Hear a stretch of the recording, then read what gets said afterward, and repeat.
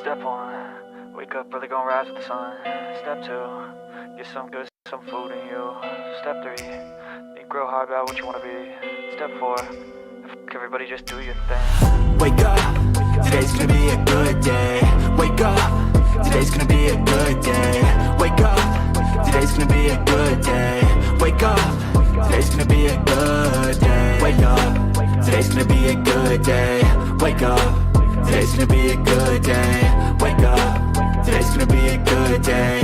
Wake up, today's gonna be a good day. Yo, set your affirmations, aspirations. I got shit to do, the aftermath of preparation. Good food, good mood, blood in circulation. One step at a time, yeah, that's how you make it. Set a goal you control and the steps you take them. I try to pick one thought, have some concentration. And if I make a mistake, it's called education. I try to do this every day, call it replication. Wake up, today's gonna be a good day. Wake up, today's gonna be a good day. Wake up, today's gonna be a good day. Wake up, today's gonna be a good day. Wake up, today's gonna be a good day. Wake up, today's gonna be a good day. Wake up, today's gonna be a good day. Wake up, today's gonna be a good day. So life ain't easy, yo, I think there's a reason though. Ups and downs, just like every different season, yo. Sometimes I'm high, other times I'm barely breathing, though. I always gotta fight and hide from the demons, yo. Negative thoughts are poison, they rot. Head full of flaws, so here come the clouds. They'll never stop unless I can swap all the bad for the good in my head when I'm lost. Yeah, so I'ma fake it till I make it. Positive thoughts are overtaken, I got patience. One day at a time is how you operate a cadence. A flow, you grow, you show yourself a foundation. Stay away from all the shit that causes temptation. I know that I like to do it cause it's sensation. I live my life in my head like a narration. Don't expect greatness, do my best, man, I'll take it. Wake up, today's gonna be a good day. Wake up, today's gonna be a good day. Wake up, today's gonna be a good day. Wake up, today's gonna be a good day. Wake up, today's gonna be a good day. Wake up, today's gonna be a good day. Wake up, today's gonna be a good day. Wake up, today's gonna be a good day. Wake up early, gonna rise with the sun. Step 2, get some good, some food in you. Step 3, think real hard about what you wanna be. Step 4, everybody just do your thing.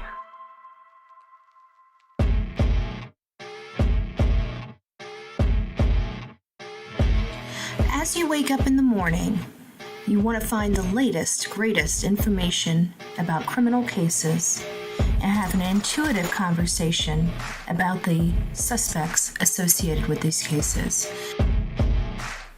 Head over to the Bullhorn Betty channel on YouTube.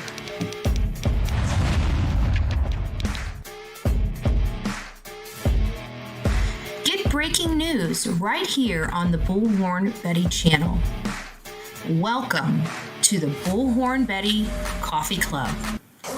Enjoy your stay and enjoy your day.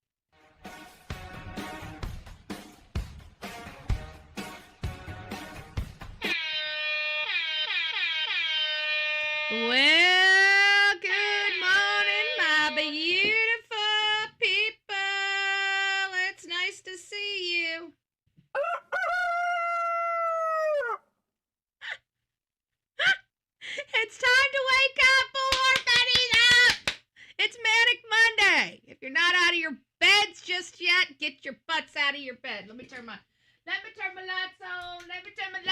There we go. You can see me. Hey, my beautiful peoples. I hope you're doing well this morning. It's nice to see you. I'm Bullhorn Betty. We cover true crime. And would you know?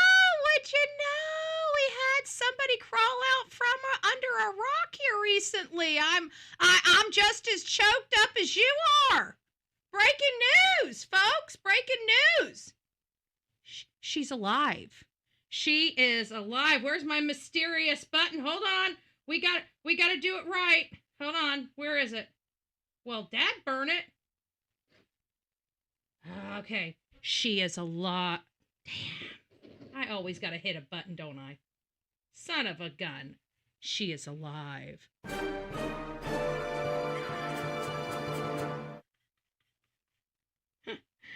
I'm sorry. I had to do it. I just had to do it.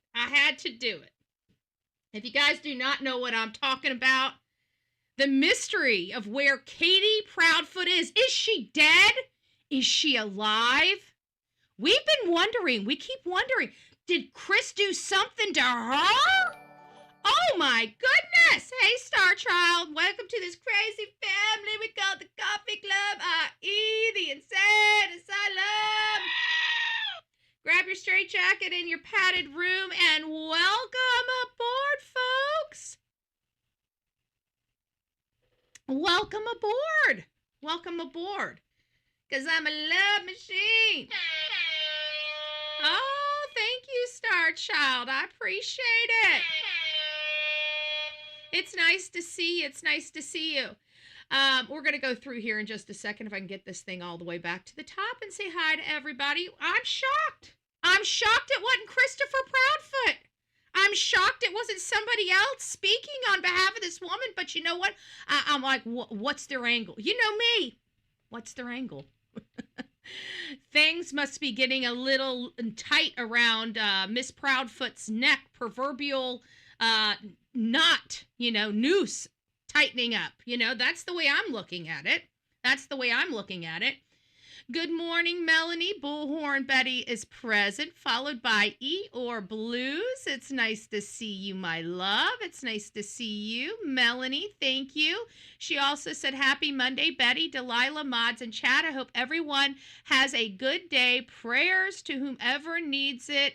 Much love to all of you, BHB. Thanks for all you do for the missing children. Thank you so very, very much. And we got a little... no, wrong one. Wrong one. Hold on. Where is it?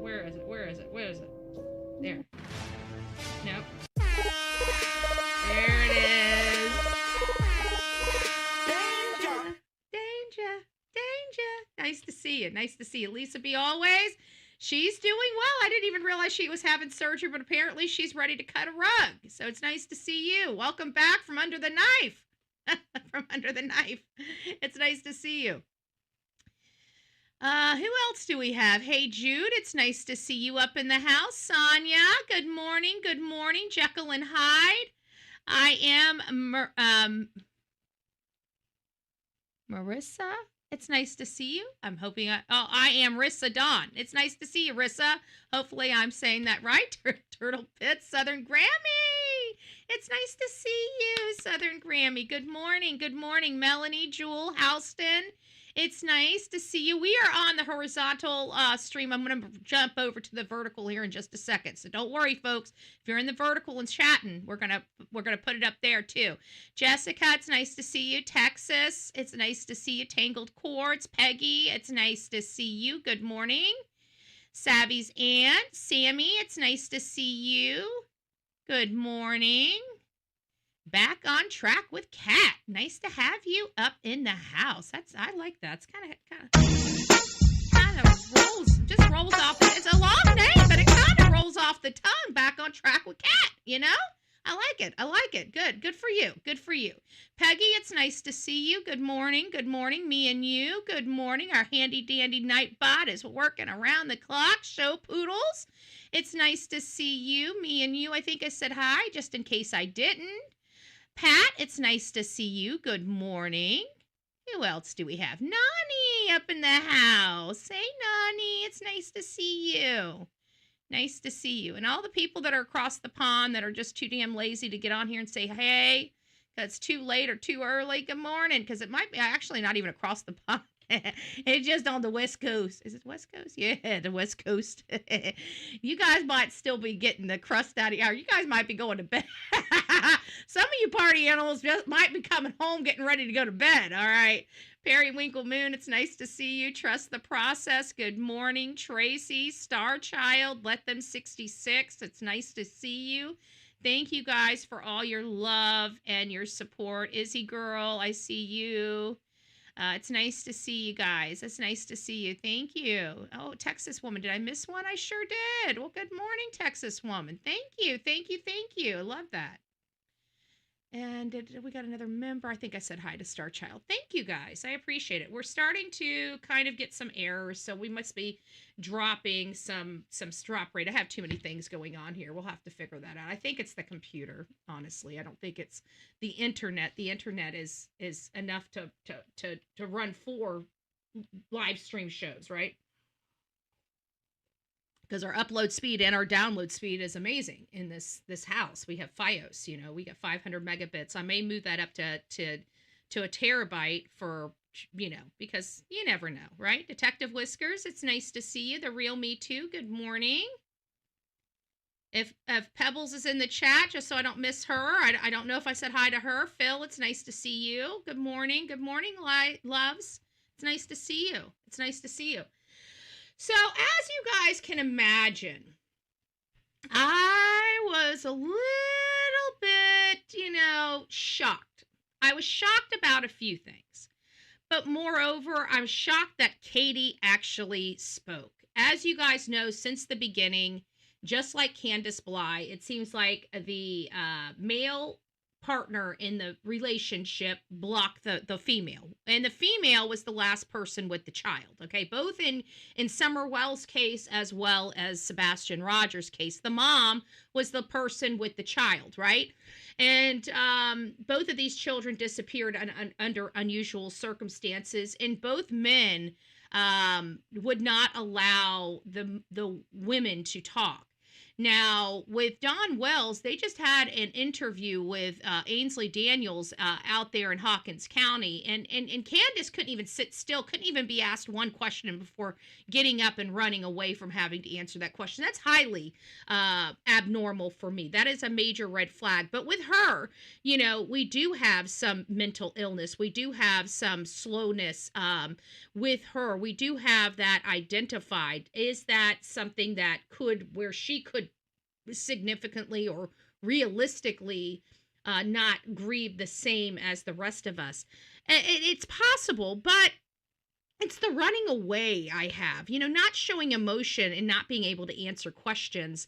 I think is my problem in the whole thing. But we know that Sebastian Rogers' birthday was yesterday. We did not celebrate the birthday here because I'm angry. I'm angry that this child is not with his family to celebrate his birthday. And I'm angry that law enforcement hasn't done their job to make sure the people that made this event possible, where this child is unable to celebrate his own 17th birthday, I want them behind bars. And to me, it seems like law enforcement has given up. It seems like law enforcement out the gate has been unprofessional and I say that because a professional outfit would inform the public of the largest manhunt in their literal history. But you have incompetent people running the county. They don't know how to handle this, and it's such a shame. And it shows every single way, all the way from the top down in this county. Nobody knows how to handle this case, and everybody is like an ostrich. They just stick their head in the sand, and if they stick their head in the sand long enough, maybe, just maybe it'll go away. Well, as we know, with our own homes, right? We don't get the opportunity of sticking our heads in the sand, right? If we stick our heads in the sand, what happens? The problem just compounds, right? The problem just compounds. And it's a compounding problem that just starts infiltrating everything. So how does it compound? For example, now you've got law enforcement that are willing to do anything to work on any other case than this one, right? You've got a prosecutor that is not pushing for anybody to be held accountable. You've got, you've got nobody pushing anything properly. You've got no mayor, no board of county commissioners really standing up and speaking up. We had one, but clearly the community silenced him, right? They can't silence Bullhorn Betty. They tried. They tried viciously to silence me, and they realized that is a no-go. And I think that that's the reason why they refuse to try to shut me up again, because it's going to look pretty bad, and it's only going to be a matter of time before I strike back, right? Lawfully and legally. And at the end of the day, I don't like this community because they failed Sebastian in so many ways. They failed him before he even went missing. They enabled the reason why he went missing. And they looked at their house and looked at these people's situation and judged the situation based on their net worth, not on the allegations. And I truly do believe that. I believe this child was left in that home because he looked like he had a nice home. There's no place that they would be able to put that boy, being Sebastian, nicer than where he's living right now. But being in a nice home and being in an abuse-free home are two totally different things. And I'm so sick and tired of this illusion in the state of Tennessee. If you have money, you can't be doing terrible things, okay? I disagree with that. I think every time Chris and Katie, even this poor excuse of a mother speaking up yesterday, there's so many things I could take away from that. I didn't get through all of it. I got through enough. We're going to roll it. We're going to roll with it today.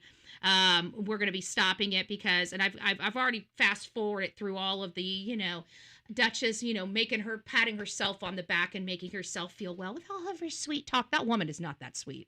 Okay, she is an evil woman that knows how to play and game a system. If you don't believe me, go over and look at that, how that sweet woman talks about me and how she's talked about me on her Facebook page for years. That is not a woman that, she's never met me and never has held even a conversation with me. This woman is not a nice, sweet person that she portrays on this channel. Okay, because you can go and look at a lot of different things and see how she talks and acts in her own ecosystem, and it's pretty deplorable. She's, in my opinion, Duchess is no different than a Katie and Chris Proudfoot. Does she have children missing? Because I'm telling you, it sure sounds like she does. Did she have any children die under her care? Because she seems awfully comfortable constantly helping these horrible parents, and she is part of the hate squad. Look who she hangs out with. Look who she handed over her blip account to. Chlamydia. Okay? Duchess, she ain't right. Okay? She's got a sweet voice. Well, so does BT. But BT is a freaking white liberal that tries to tell everybody she's she's from a tribe, yet she lives in a city and is not part of a tribal. Anyways, I'm so sick of the lies. This lady is not okay, okay? Duchess is not okay. She spoke horribly about me for years without even knowing me, and I can tell you, I work circles around this lady, right? If she's been on these platforms this long and she can't see a lie staring her right in her face, she's no good at what she says she proclaims she does, okay?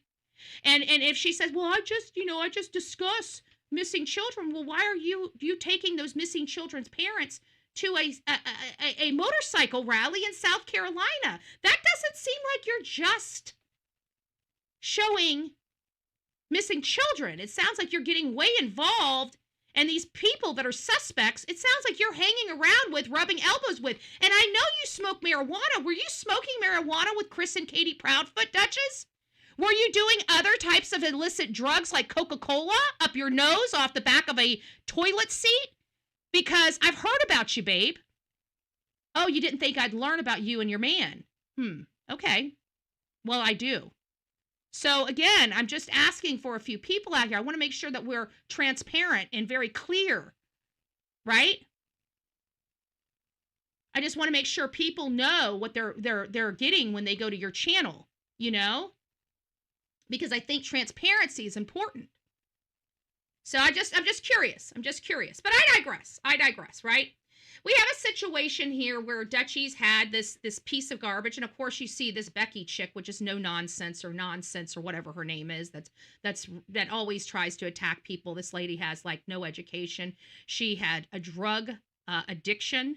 I think she still may have. Hey, Becky, are you still struggling with your drug addiction? Is that why you and Dutchie's are so good friends? I mean, I want you guys to get help. 90 meetings, 90 days. That's kind of how we do it, right?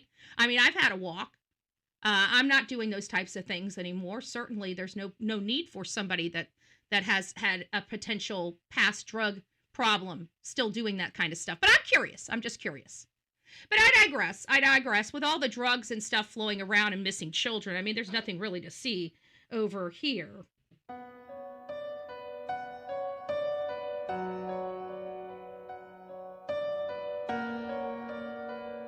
Or is there?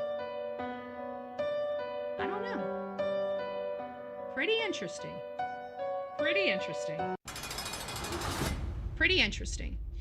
All right, guys. So here we go. Let me just give you some of my mild observations that I noticed.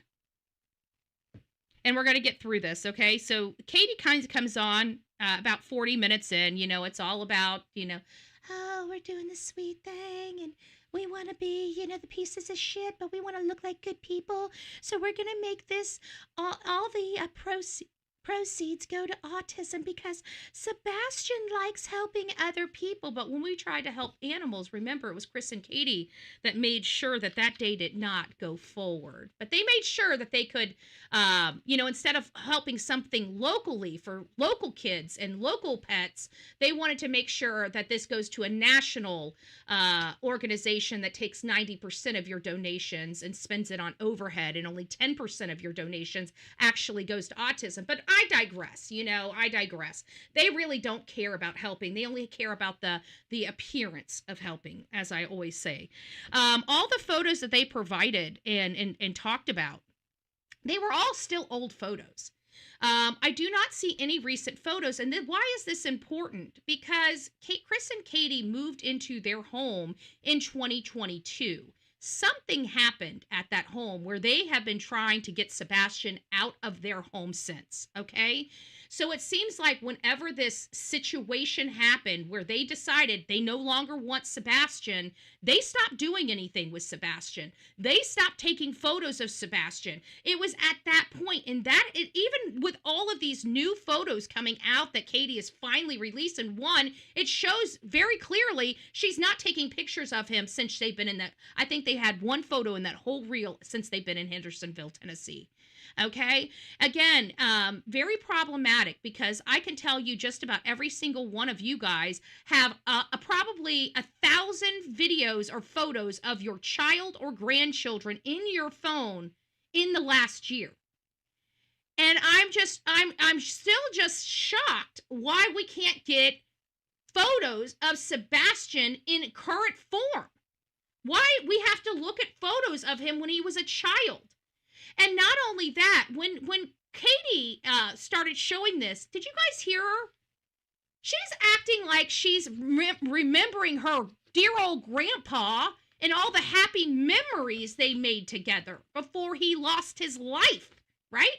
That's kind of how she's acting here. When you hear Seth, remember Seth showed photos. He played the voicemails on his show. He couldn't even hold a straight face. His voice was shaky because you can't fake that crap, right? You could hear the stress in his voice. Hey, Whispering Winds, it's nice to see you. Carrie, good afternoon. Annette, it's nice to see you, Annette. But you could hear the shaky in his voice. Let me see if I missed anybody. Claudia, it's nice to see you. You are in the vertical mode. I just thought I'd let you know. Cecilia, thank you for being here. You are in the vertical mode. I just want to let you know that if you guys are in the vertical mode, you may want to come to the horizontal mode, or you can be just fine hanging out with you guys. Good morning from Washington. Oh, it's nice to see you. So Claudia, Cecilia, Justice Jane, it's nice to see you. Thank you for hearting that, and thank you for that. Who else do we have? We have Nancy. Nancy, you're over in the vertical stream, so if you'd like to chat, thank you for all being here. But if you guys would like to chat with the rest of the gang, We got 41 viewers in our vertical stream. So if you guys are seeing the viewership of 41 people and you want to talk with the family, you might want to come over to the vertical stream. Thank you guys. And I put at the top, I pinned at the top, this is the vertical stream. So you guys should be able to see that in there. So either way, you guys are more than welcome to stay there. I don't want you guys feeling like you don't have to stay there. Some people like being over in the vertical stream because they can watch it on their phone while they're getting dressed. They have no need to chat with you guys because they're trying to get dressed for work, and we're fine with that. We're absolutely fine with that. You get to watch however you guys would like to watch. All right, guys, so we're going to go ahead and get into this. And of course, about 40 minutes and 15 seconds into this live show is about the time that Katie goes into this. And then we're going to stop things right about 1 minute in because we do have some updates.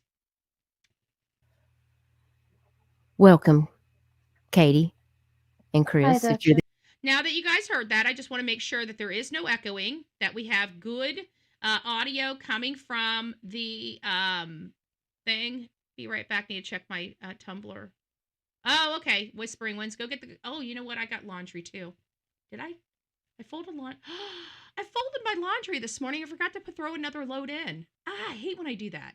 Because, when I get offline, I'm going to be thinking it's time for me to throw those clothes in the dryer, and I'm going to go there. My freaking washer's going to be empty. Sounds good. Perfect. All right, let's get started, folks. Here we go. Katie rears her ugly head, right? She decides to climb out from the rock she's been hiding from for the last year and a half. We haven't heard boo from this woman. Boo. And then when she comes on here, she's laughing and freaking giggling. Ugh. Ugh. Freaking piece of work. Let's get to it. There. How are you? Okay, I guess. I don't have a word to truly say how I feel today. It's been rough. But I did want to come up, and I wanted to say thank you so much for what you're doing and for the advocacy. And I truly appreciate you helping in the advocacy. What advocacy? I'm gonna have to go to I don't think Duchess has even rolled anything on her son. What advocacy? Has Duchess even been running stories on Sebastian?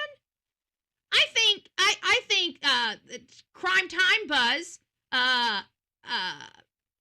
Chris with the mob squad, mob crew, I think that they've been running stories on this.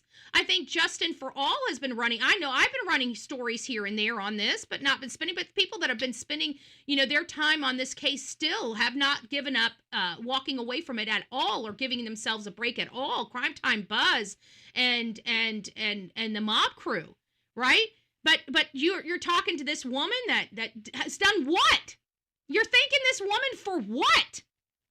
Good gracious, this woman needs to stop. She's a POS. I'm sorry. She just is a POS. Katie Proudfoot is a POS. Period. She just is. Spreading the awareness and helping to keep Sebastian's name out there. And Lady Freedom, thank you. Without all of the drama and whatnot. Oh, you're drama. Absolutely welcome. It's my pleasure. Oh, did you guys hear that? Let's listen to that again. Hold on. Let's go back. Name out there, and especially without all of the drama and whatnot. Oh, the drama and whatnot. You know what that sounds like? Do you guys remember Don Wells? Don Wells is a man that has a missing 5-year-old child, 5-year-old girl. Her name's Summer Wells. We got involved in that case in, I want to say November, December of 2021, and she disappeared June 15th, 2021. So we kind of came into the case late, but we had enough people we could interview at that time. Enough people had surfaced it. Enough back and forth had begun where we could actually do that. And here's the statement of Don Wells. Otherwise, it's just more drama and stirred pain, there is nothing to say. So now Chris and Katie Proudfoot, specifically Katie Proudfoot, in this interview last night with Duchess, appears to sound very similar to Dawn Wells. Dawn Wells, folks. Hindsight, Mama Marissa, all for, yep, another group of people. Thank you. Voices of the Truth, every episode. So we've got some people, yet here she is thanking Duchess for keeping Sebastian alive, when Duchess has been nowhere to be found, unless you want, her to go hang out with some really, terrible parents that have been known to hurt their child. I mean, we have enough supporting evidence that Chris most likely abused Sebastian Rogers, okay, physically and verbally. We have eyewitnesses from their own community that have witnessed Chris being verbally abusive to Sebastian. So we already know that these things exist. Yet she wants to hang out with these people. See, that's the problem. Even if you don't believe they had anything to do with the disappearance of the child, they're terrible people. They abused a child. And so that's where my line in the sand is. And this is why I don't hang out with people. When I find out people have physically abused a child, I don't care. I don't hang out with them. I'll talk to them if they're willing to talk to me about their missing child. But one thing I will not do is support them. Okay? Because we do not support people being monsters to their children. Okay? These are a few things that are our line in the sand. Even when it came to Harmony Montgomery, her mother, right? Her mother's negligence toward her was based upon her own drug abuse. So she fixes the drug abuse, which she did. Now she's actually putting action behind doing better for herself. I'm willing to help somebody like that. Okay? Not that they have to be perfect, right? She obviously did harm her child in some way because of her addiction, but she also went and took care of that addiction so she can never be that POS again to her children. And so people like that, we will help and we will support. But what we will not do is have a missing child, people be identified as abusing that child before they disappeared, catching those people in constant lies, and then going and hanging out with them and putting them on a pedestal. That is not going to happen ever on this show. It happens on Duchess' show. And you're seeing her doing it right here.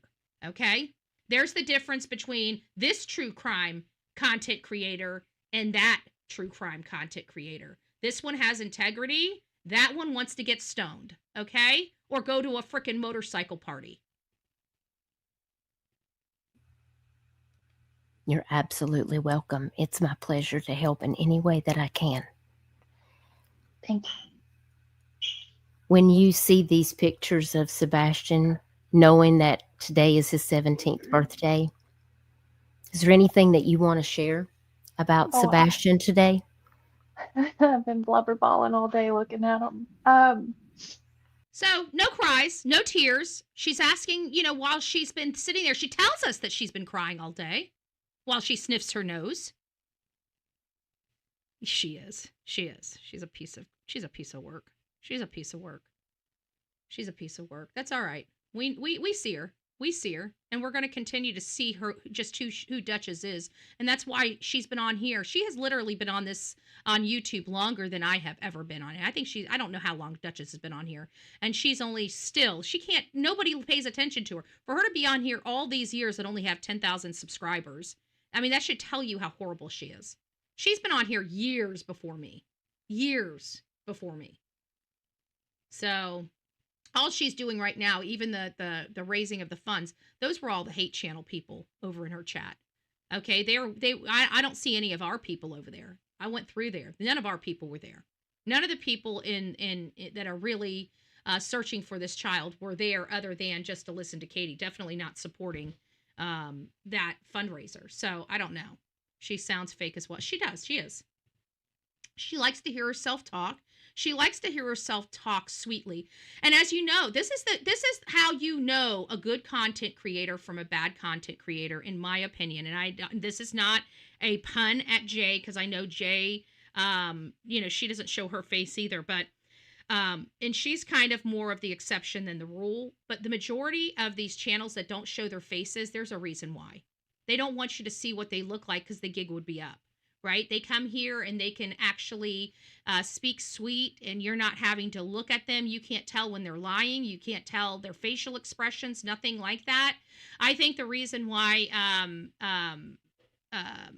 Jay with her channel, I think the reason why she does that is because she doesn't want to be bullied, or she has a job or something like that she can't have. But these people are on, these stations most of the day, especially this nonsense chick. And she has no problem being nasty to other people and just being nasty, doxing people and stuff like that. I don't like her. And then she comes here. I don't know. These people aren't good. They're just not good people.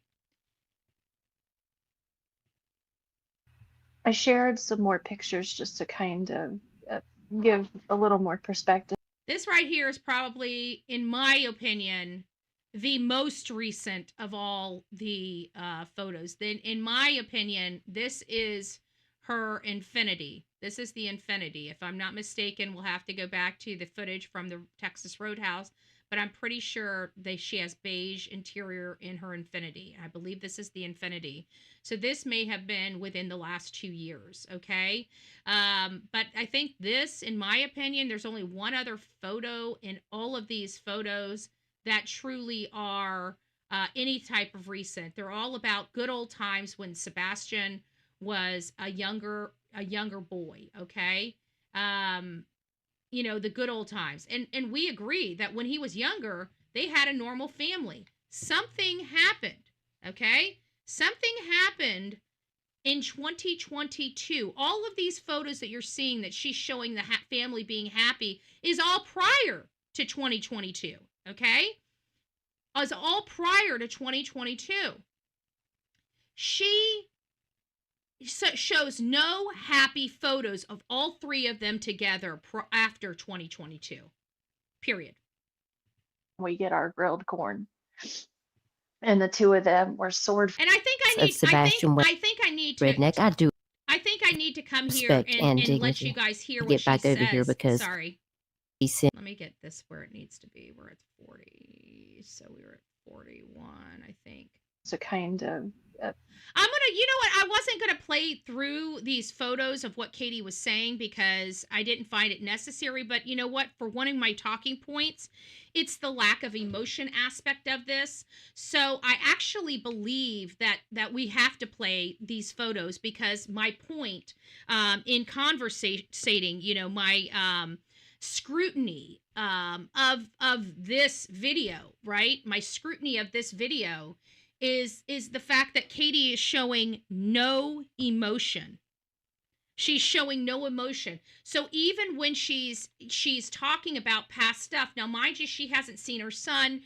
We've spoke to Stephen Smith's mom, Layla Santinello's mom. We saw Riley Strain's mom. These people couldn't even speak about their son without breaking down sometime through an interview when they're looking back on their child. Okay, we've sat down personally. Even Brandy Neal, when she gave her interview, she was tore up after the interview was over. You could physically see her, because she interviewed with Dolly first and then me second. And you could really see that, she was distressed after that was done, thinking about her son, talking about the details of the day that, going back to the day that he disappeared. It was very hard for her. I mean, she kept a straight face on camera, but I can tell you it was very, very, very hard for her. And you can see her emotions. You can see Seth Rogers' emotions. What you do not hear or see from Katie Proudfoot is the emotions. Detective Whiskers says, oh, you mean people like the Sheriff Snuggle Struggles. Yes. Yes. Sheriff Snuggle Struggles, you know? But I think that this is going to prove my point that she's not acting like a normal mom would act. I mean, she's coming up. Her son has missed his 16th birthday and now his 17th birthday. And she's laughing and joking as she's going through these photos, not crying, she shows no pain. You hear no agony in her voice. You hear you know what you hear in her voice? Joy and jubilation. She seems to be happy. Not what you would expect. You know, I've seen a lot of parents, celebrate a birthday for their child that's not there, and trust me, it's not celebrating, it's not smiling. You know, it's trying to put on a happy face. It's trying to show a happy face, but your voice even quivers every time you say the person's name. And she's never been like that for this boy. Never been like that for this boy. Give a little more perspective to Sebastian throughout the years. I know there's been limited pictures that we've put out, and there's been limited pictures we put out. So now that he's been gone for 2 years, you know, we think it's now a great time to put out some more photos so we don't look like evil psychopaths.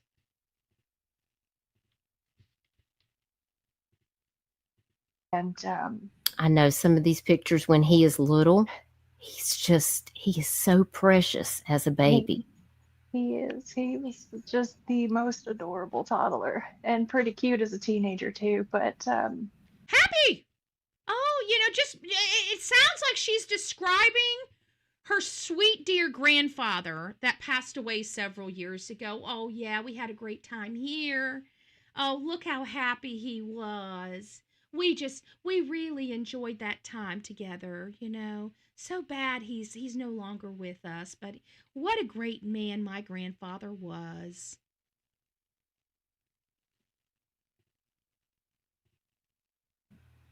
every single one of these pictures I remember taking. That flower vase that you just showed, that was a Mother's Day gift that he made for me that year. Let me find it again. Hang on. Let's see. I still have it. The different pictures that you're showing too really show how fast his hair lightens up. Oh yeah. Naturally in the sun. And hi, Katie. Sending you a hug today. Smoke another 15 boxes of cigarettes, lady. His hair definitely looks different depending on the lighting and the time of year, honestly, depending on how much time he's been out in the sun and whatnot. It definitely it can look brown as brown can be 1 minute, and then in different lighting the blonde really comes through. Which no breakdowns, no cries, no quivering of the voice that comes naturally, because she's trying to fake upsetness. She's trying to fake this. Which is why I like to share some of the more diverse pictures, because you know, it helps with the perspective. If you see them, you know, depending on the lighting and how it's cut, really does make it look a little different. See, look at this, all happy, all these videos, all these photos. I don't even think if this one right here, and this one right here, and if you're on the thing up above, if this is in Hendersonville, which I don't think it was, I got to go back and listen to her. I missed what she said. But if this right here, this is the spooky house. If this truly was in Hendersonville, this was back in 2022 or 2021, but definitely not anything recently prior or after 2022. That is when we're finding out this complete breakdown of their family dynamic. Before 2022, it sounded like they had problems. I mean, she is married to Chris Proudfoot, right? But it sounds like they weren't as in. It sounds like they were in at least a better family dynamic at that time. Something happened in this family, period. Okay. We don't know what it is. I'm not going to speculate on what it is. We just know that something major happened in this family that tore this family apart. Okay, in 2022, and it was around October of 2022. October of 2022, they purchased this home and moved in. They purchased this home before September, but they closed on this property, I think, at the middle or end of September of 2022. And by the end of October, 30 days later, they're wanting Sebastian up out of their house. They want nothing to do with Sebastian. They're trying to get Sebastian over with Seth. They just can't handle him anymore. Something happened. We don't know what. We don't know what. Maybe Sebastian got into his adolescence or his puberty stage. Maybe he was just, they didn't know how to handle him. Maybe he was having a lot more outbursts. Maybe, there's a lot that can be speculated here. Again, I'm not going to speculate on what the issue is, just some suggestions there. But I don't know, just something. So I anticipate seeing this, but you very rarely see. I'd love to see some photos, enough photos to show me that this was a well-functioning family after 2022. And I don't think we're going to ever see those because they don't exist. Just my opinion. Just my opinion. Really, I like this picture. The picture with Christopher and I and Sebastian, that was, if I'm not mistaken, we were going into the haunted house. They have a real large haunted house. Question is, when have they gone in the haunted house? He looks younger, and those are his old glasses. So it sounds to me like this was at least 2 years prior to his disappearance. Again, I'm guessing. I don't want you guys to think that these are factual statements. They are not factual statements. They're my opinions. Everything related to this opinion about what happened to Sebastian, those are all of my opinions. How I feel about Chris and Katie, those are also my opinions, supported by a lot of records. Okay? And we took him, and he was just so excited because he's like, I'm not going to be scared at all. Hey, Oma, Nero, it's nice to see you. The genuine smile on his face. Mm-hmm. Great. Ashley, And it really I love this one too, Big with Mac the planets. Patty? Yeah. Tell me about this picture. It's nice to see you. So that was back when we were in California. That was his bedroom. So you see, now, guys, I want to remind you, back in California was not happy times, okay? Back in California, at least for Sebastian, maybe some of the times were happy. They were happier times. But this is where he was assaulted by an older boy because they were left unattended under Chris and Katie's watch. Okay? Every bad thing that has ever happened to Sebastian Rogers has happened under his mother's watch. Period. Okay? He was essayed under his mother's watch. He disappeared under his mother's watch. He's never been found under his mother's watch. Every horrible thing that has happened to this young boy has happened under his mother's watch. Okay? His mother is a messed up woman. Despite whether you guys want to acknowledge it or not, that's not my problem. Any person that is essayed by their own mother at the age of 5 has psychological issues. And it doesn't sound like she's on any medication because it was asked early on and she adamantly stated she is not on any medication. That tells me that she has a lot of mental health issues that are going unchecked and unmedicated. Okay? Because I'm sorry, you can look at a lot of things, but there's a lot of things you can't do. And you can't are a little girl and expect her to turn out okay. Okay? And we know that she's not okay. Hey, Melissa, it's nice to see you. Because even Seth has come up and stated that she was very abusive toward him. Right? Now, many people will say, well, Betty, that's his side. We all know that there's his side, her side, and the truth. And while that may be the case, we've never heard Katie deny those allegations. Those allegations have been prevalent for quite a long time, over a year and a half, when she stopped talking, as a matter of fact. When she stopped talking. Yep. That allegedly they got married in 2022. I think they were married. I know that they were together back in 2000. It sounds like they were bopping back in 2016, and I believe that's when Katie was trying to divorce Seth, and when Chris decided to divorce Nina. He got married with Nina to have a better housing, but Nina wasn't living with him, and he was, from my understanding, having an affair with Katie. Now, again, that's just my my opinion. I don't have any receipts to prove that. I don't think anybody truly has any receipts to prove that allegation. I think that's just going to be rumor. And I don't think it's ever going to come off rumor. I mean, it's something that we think happened. It lines up with the timeline of what Nina says and other things, you know. It lines up with some disciplinary action as well. But we can only assume that this plus this equals this, right? We didn't see them in bed together while they were married. We have no photos of them together while they were both married. We have no evidence, physical evidence to prove this statement. By the way, Gwen, thank you. Was it Gwen? I do know, Sonia, I didn't see it, but Sonia sent to me a screenshot. I just want to thank you for all your love and support. Thank you so very, very, very much for that. It was very gracious of you. So God bless you for that. I appreciate it.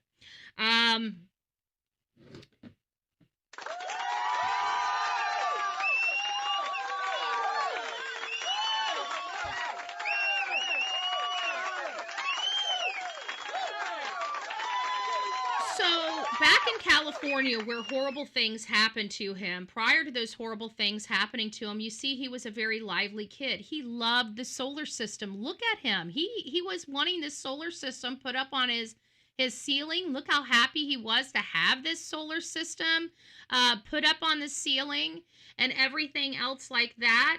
You know, hey, Katie Bug, it's nice to see you. This is kind of motivating. I need this cold morning. Guys, don't forget to hit the thumbs up button, but come back in here. Katie Bug, tell me how cold it is. Where are you from and how cold it is? It's been raining all day. So I anticipate it's starting to drop, but Wednesday is going to be the coldest. Oh, thank you. Wednesday's going to be the coldest, and we are going to be supporting we're going to a luncheon. My ticket was sponsored. It's not a Bullhorn Betty event. It's a political activist event.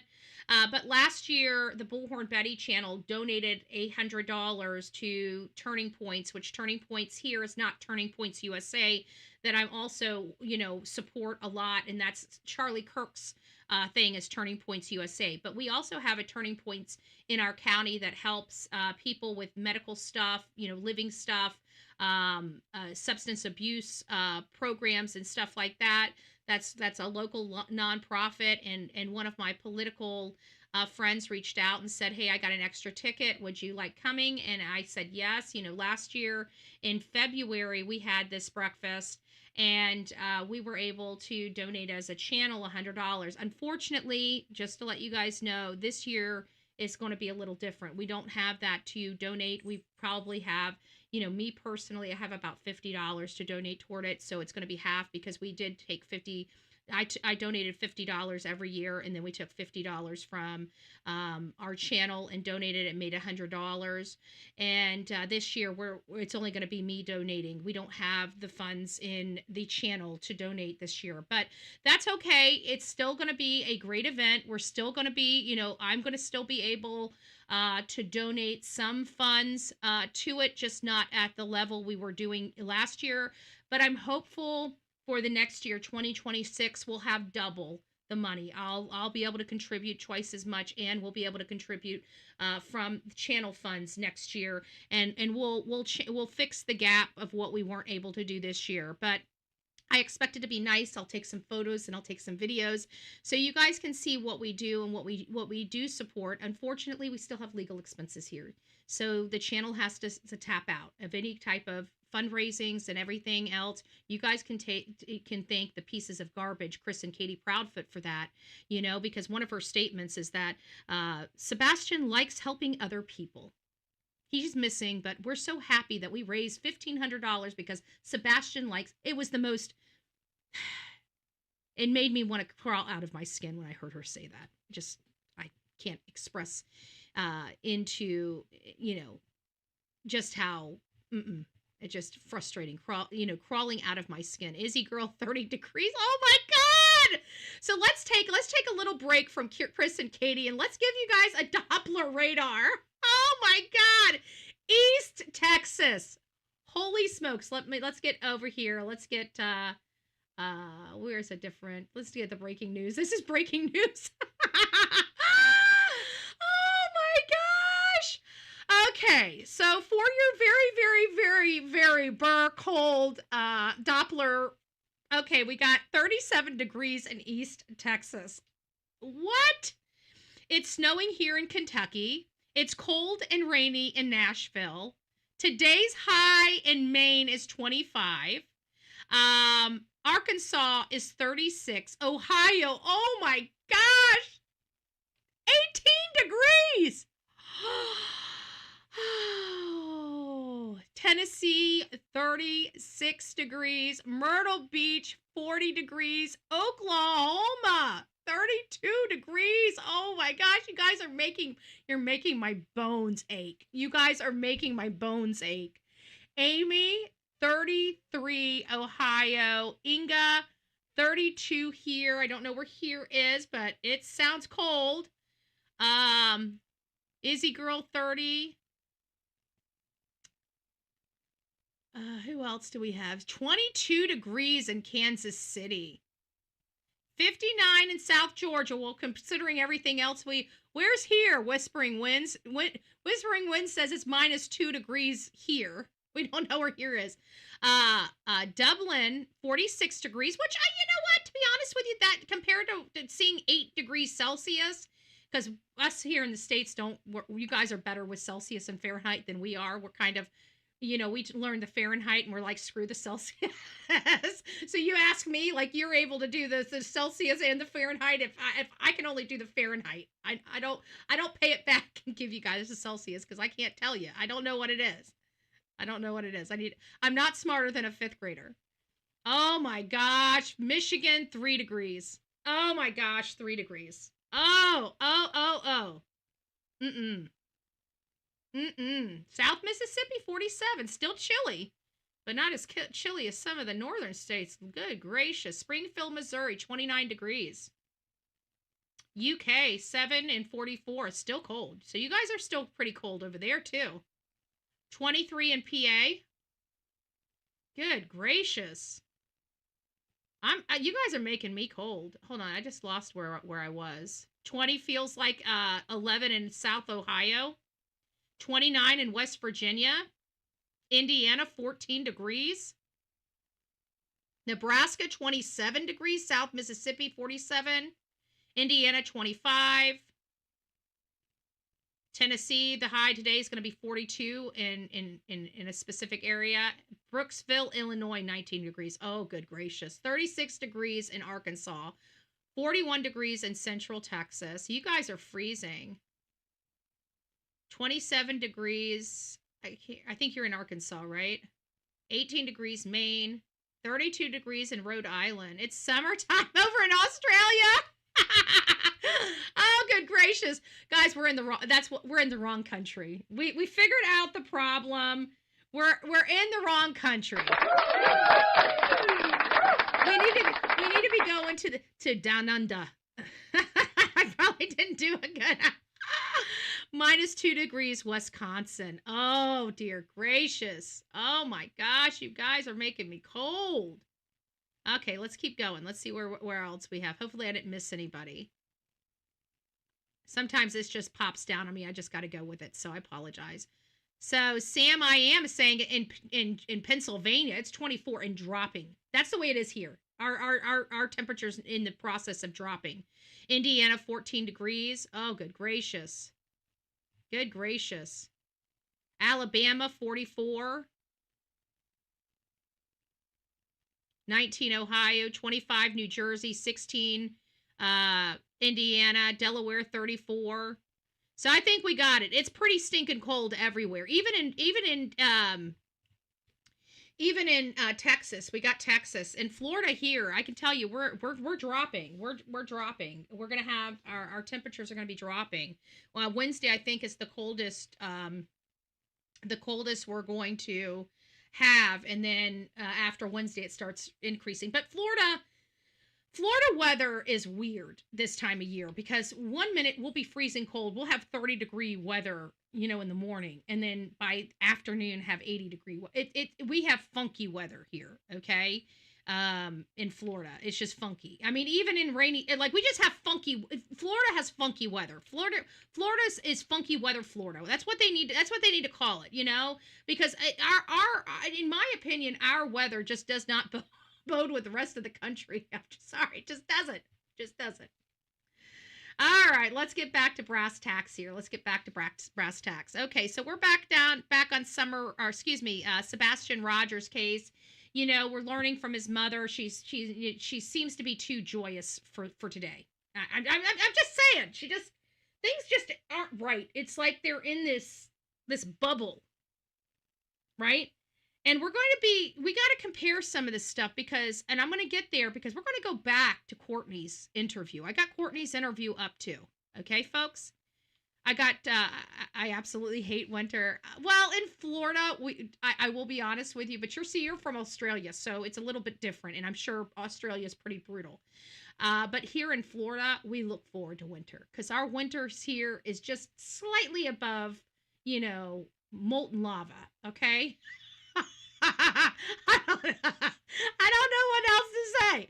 Our temperature here during the winter is just slightly above molten lava. So we look forward to, a cooling of the lava every, at least a couple times at the end of the year. It's just that kind of our pay dirt, right? We're like, okay, we're going to live in molten lava. And at the end of the year, we get a little puff of something a little cooler than lava. That is the Florida weather for you. Hey, B. Betty, it's nice to see you. Melissa, it's nice to see you. Judith, good morning. Good morning. Robin, it's nice to see you. YouTuber, hey. So she's talking about this wonderful time. He looks like a happy boy. I would assume that this is prior to whatever happened to him. But we can't make that assessment because we don't know much about him from California. It's been secret. And they were learning about the planets, and he was excited about it. And I found this kit, and each one of those planets we painted.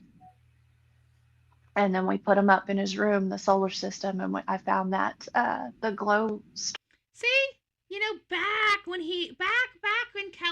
before all of this. Back before all of this, it sounded like a normal family. You know what? In my opinion, what caused such dysfunction in this family? Just add Chris. You want dysfunction in your family? Look at Nina. Look at all his past wives. What do they all have in common? The chaos came from one singular person, Christopher Proudfoot. Again, my opinion.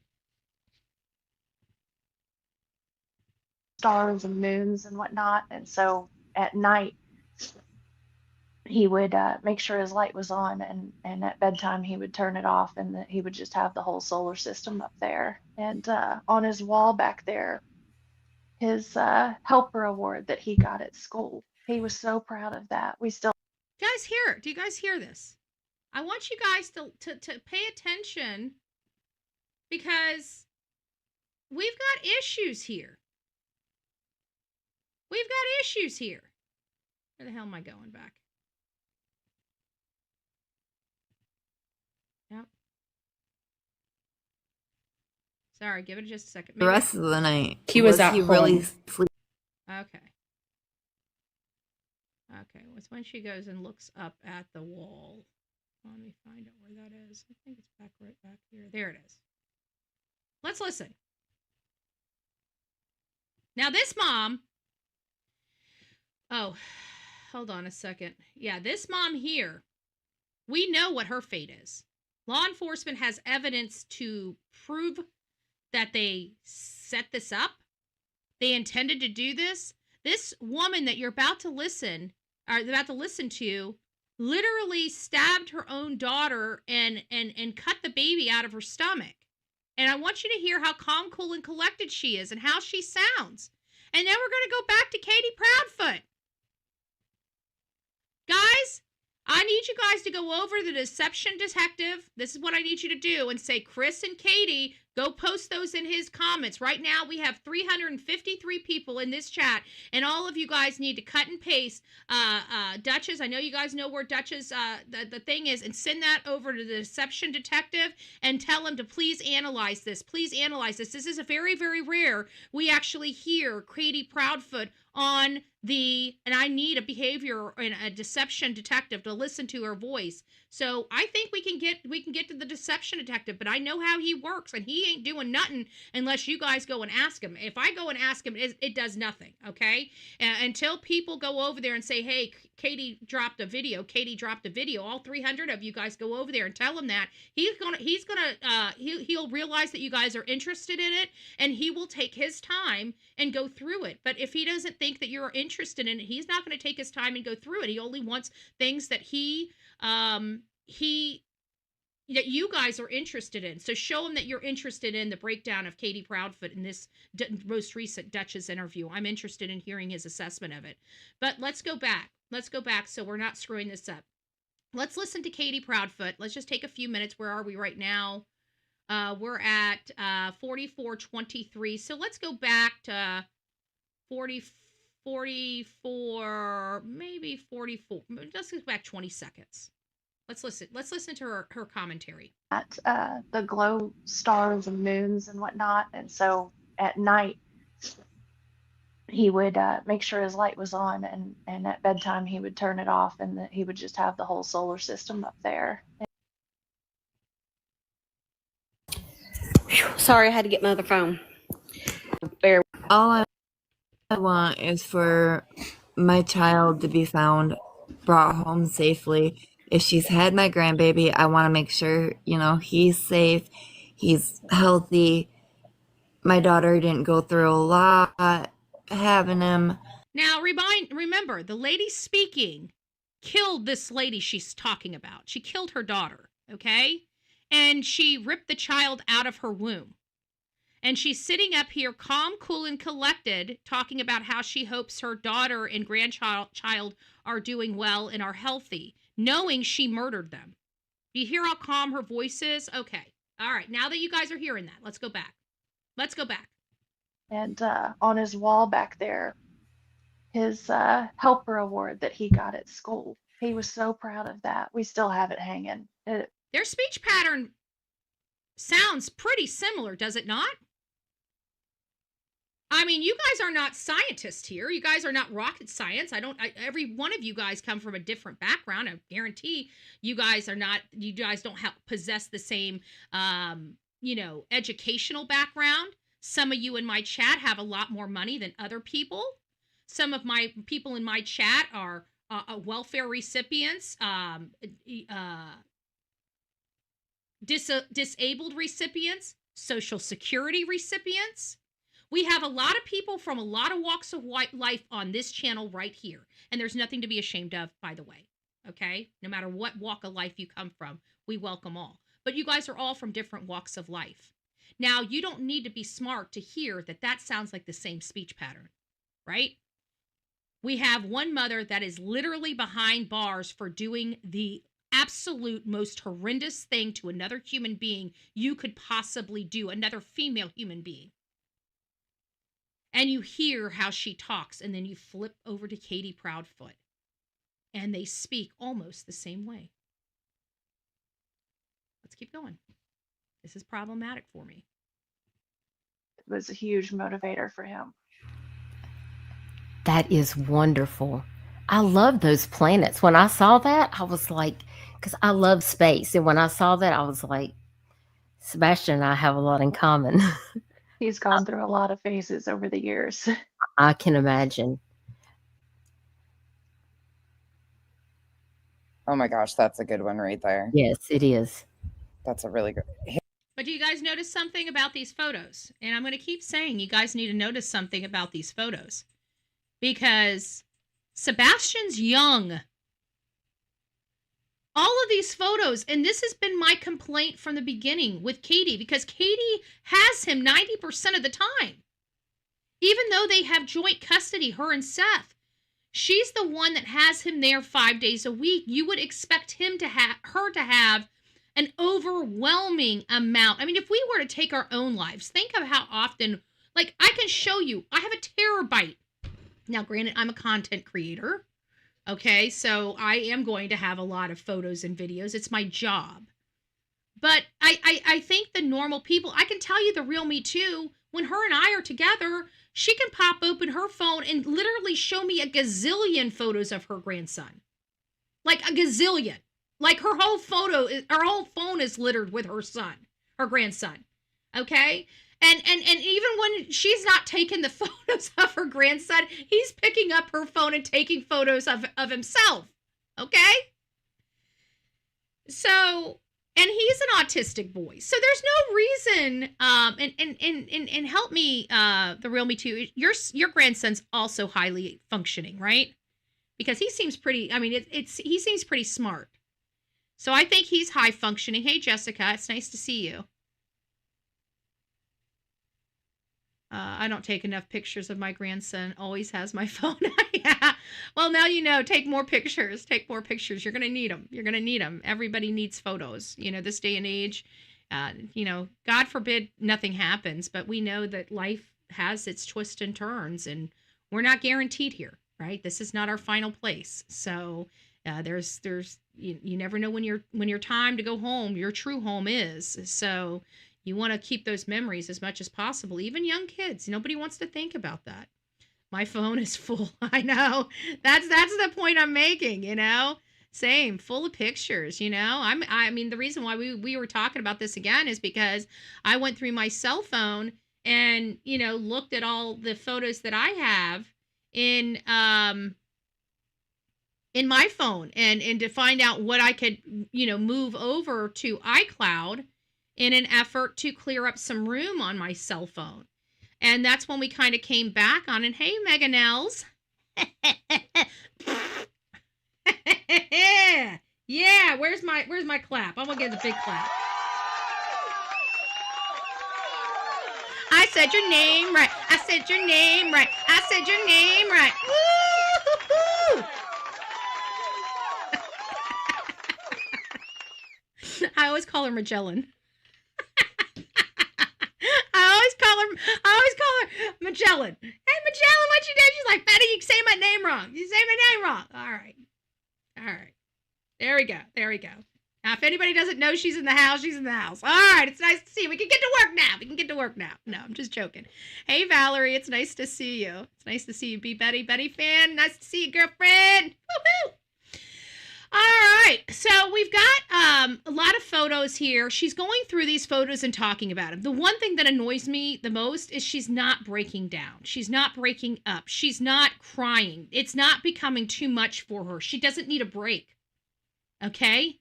You guys know that every time we deal with a parent that loses her child, you know, even though we have a video that shows this interview went, you know, like this, you guys realize we cut sometimes that when we're doing an interview, they need a moment.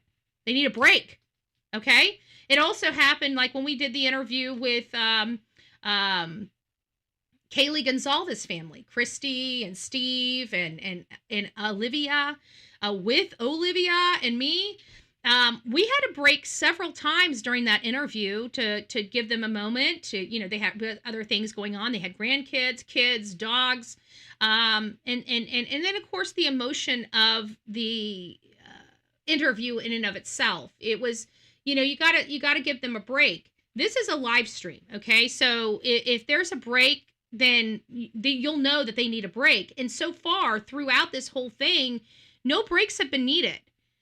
She seems very cavalier and very, jovial and happy when discussing all of these things, because when you're truly hurting and mourning the loss of your child, those breaks and, you know, this being too much, that comes naturally. It's not thought about. It's not forced. You just know, you can tell, you know, the body just functions the way that it functions. Here, it's not functioning like that. She's not having these overwhelming emotions erupting inside of her. And that's a problem for me, because it's telling me something very, very bad about her as a mother and a human being, okay, not to have feeling of such emotion and to be so detached from that emotion, it's not right. It's just not right, okay? I can't express it other than that. It's just not right, and it's not normal, because even the hate channels, if they were in this, no matter what they say and how they support this, I guarantee if something happened to Queen Bee's daughter, you would hear it in her voice, okay? She wouldn't be putting pictures up of her child that's missing and not be breaking down. Okay, like out of all the horrible things that I think of Queen Bee, one thing I really don't think that she would do is not feel pain for her child that's missing, unless she was the reason why her child was missing, which I don't believe she would be. Okay, in all reality, I guess only time will tell. Don't make me hate saying this, Queen Bee. I'm just saying, don't make me hate saying this. But I don't think we're gonna be, having Queen Bee on this show because one of her children are missing, okay? She does a lot of stupid shit, but at the end of the day, I honestly believe if something happened to Queen Bee's children, she would be showing a lot more emotion than Katie Proudfoot, okay? And that's on the real. And even those other hated channels, I also believe the same thing. A lot of these people, like No Nonsense, she would be acting a lot different if it was her child, and along with Duchess. And for them to go ahead and support this and know that this is a direct conflict with the way they would act if they were in a situation like this is where I have a problem. It's where I personally have a problem. She does sound upset later on, Deanna says. But you're right, in my opinion. She should be. But is it forced? Because this stuff comes natural. When she's talking about this, it should be hard for her to talk about it. It's not hard for her to talk about. It's very easy for her to talk about. Like I said, it's almost like she's talking about her grandfather, her wonderful grandfather that, was laid to rest. But what a great man he was. Here, let me show you how. Look at all these wonderful times. These were such great times, right? That's what it sounds like to me. And I don't like that implication. I don't like that implication. So there is that. His grin is. Oh, here. Oh, do we need to do this again? Hold on a second. Let's go ahead and do it again. Because it seems like he always gets a little upset when we do this. Let me find him. How did I find him so early before? Let's just keep going. We do have him in here somewhere. Maybe he's further up here. Maybe he's further at the top. Let's go top down. Pretty sure he's closer to the top.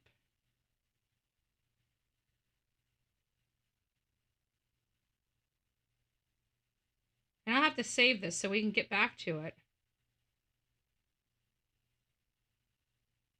We'll find it.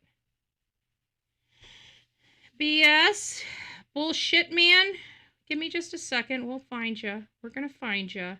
I'll put you down at the bottom so we make sure you're easily found moving forward. So every time you come over here and mess around, we're going to throw your face right up on my show.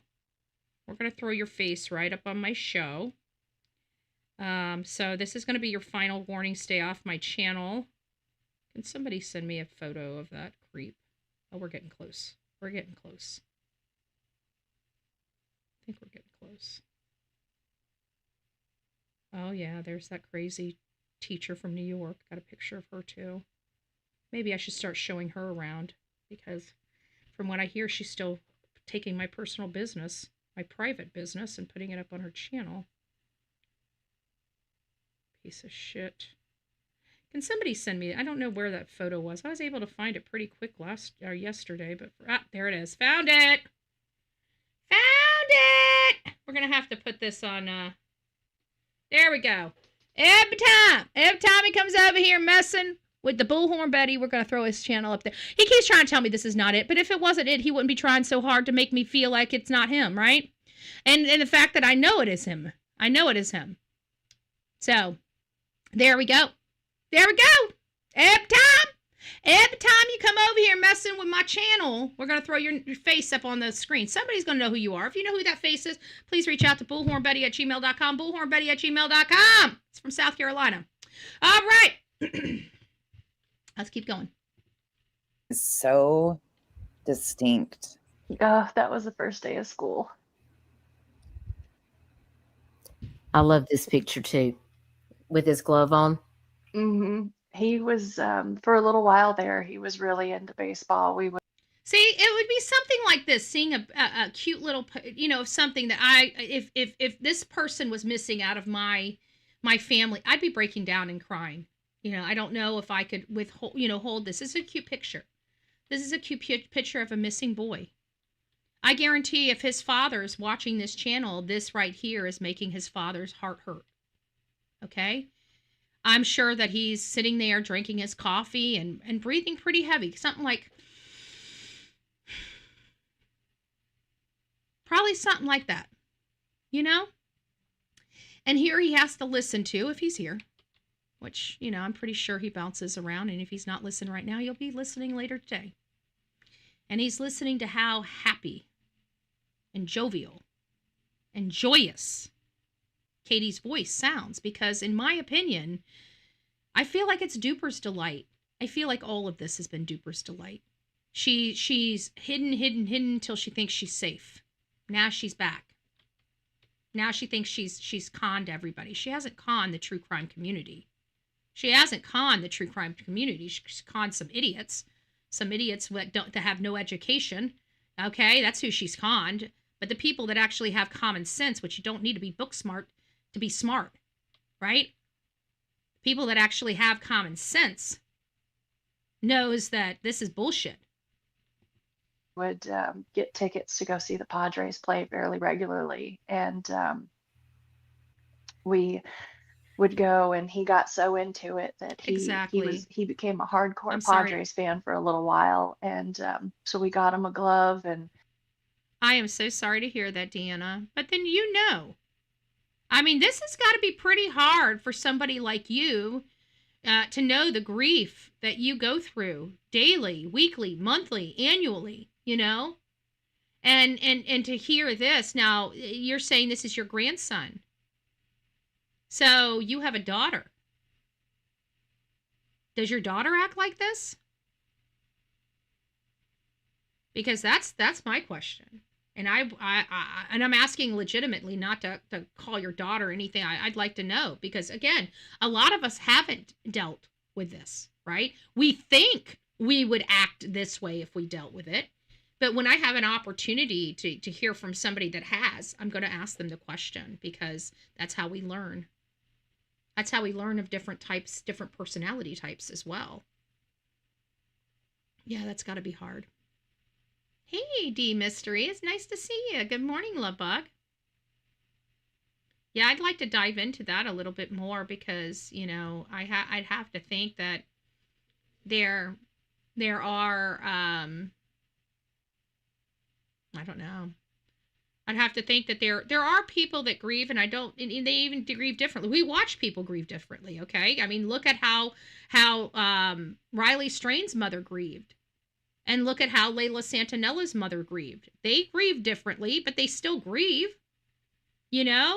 Riley's mom can't even say his name without her bottom chin just quivering and tears pouring out of her eyes.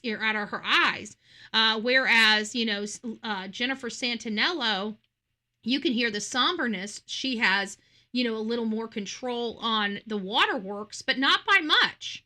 Her bottom chin isn't quivering, but you can definitely hear the voice quivering as she talks at certain things. She's been talking a lot, so now she's becoming a little more comfortable with the control of her voice, as opposed to, say, somebody like Riley Strain's mother or Katie Proudfoot. Like, Katie Proudfoot hasn't been talking enough to be able to handle talking about their child on a daily basis, like Layla Santanella's mom has done. But you got two parents here that are grieving. You see that Jen's grieving, and you see that Riley's mom's grieving, but they are grieving differently. They are grieving differently. Riley Strain's mother is a little more inconsolable and incontrollable, right? But you can still see the grief on both the mamas. And that's what we're talking about. Hey, Casey, it's nice to see you. My daughter passed away 8 years ago, and I'm still shattered and broken over her death. It's just hard for me to believe that somebody... No, my daughter's ex-husband, I think, was responsible for and was real accidental. Ooh, ooh, ooh, ooh. So you kind of got it from both sides, too. So you guys know. This is just not right. Was the step-husband, ex-husband, was he cavalier? I ended up in a mental hospital over a month, I'm sure. My daughter says she couldn't grieve because I was grieving. I'm pretty sure most of us who have followed Sebastian from the beginning, and even those who started later, still have heavier hearts seeing him. Yes, than she does. Yes, ma'am. Yes, ma'am. I think that's kind of the way we're all kind of feeling. Yes, ma'am. That's it. We used to, out in the backyard, we'd throw the ball, and he was actually pretty good swinging with the bat. He was pretty good at it. And a lot of fun going out there. He got to meet the entire team more than once. It's nice to see you. Oh, that's really cool. Tell me about this picture. I've got to know. So on our vertical mode, Cardina says, if one of my two went missing, I wouldn't have the strength to hold my composure to speak to anyone without falling to pieces, falling apart. And yeah, that's kind of where we're at with all of this, right? Oops, I accidentally hit a button. Excuse me, something's about to pop up, and it's going to take a moment. It's probably going to lag my system. Give me a second while I try to get out of it. Quit. Remind me later. Shoot. Okay, hopefully I got that turned off. Okay, I did. Sorry about that. I accidentally hit a button underneath, and it does a little funky. So yeah, I think that's kind of, he would make statements like he wished he had a normal son. Oh yeah, that kind of sounds like the way Chris treated Sebastian or talked about Sebastian at the beginning. Hey, Devil's Queen, it's nice to see you. She says, I lost my infant son. I was shocked at first, and then it hit when I lost my son. Urn pendant. I was hysterical. I dropped on the floor sobbing. Yeah, I mean, you've got a lot of people, and that's what people don't understand, is that when we come here and we're in the true crime genre, we have people that come here that have experienced what we're talking about. They've experienced some of the cases that we've talked about. They've lived this. And I think, from the normal perspective, from the common sense perspective, when we see parents acting like Chris and Katie, it doesn't sit right. I mean, they act almost as atrocious as Don Wells did and Candace Bly. They're just not. It's awful, and their behavior doesn't bode with the situation, the severity of the situation we're dealing with here. Like, this child has been gone, in 2 more months, freaking 2 solid years. His mother should be blessed hysterical at this point. Not laughing and giggling. Fair. When I saw it, I was like, hold on, what do we have going on here? So with this corn. We have a tradition where every year we go to the state fair because all of us love the grilled corn. It's just not the same anywhere else, even at home. And so every year we go to the state fair and we get our grilled corn. And the two of them were sword fighting with their corn. See, that was where I was going. And they did that all these years, but they don't have any recent photo of this. If they do it every year, this is a photo from when this child looks like he was 9 years old. I mean, he doesn't even barely come up to Chris's shoulders. I was like, what is happening here? I was like, is this? They were standing there in the middle of the walkway. Sword fighting. With the corns. kids will be kids, won't How do you laugh about stuff like that? Like, I would think she would be crying.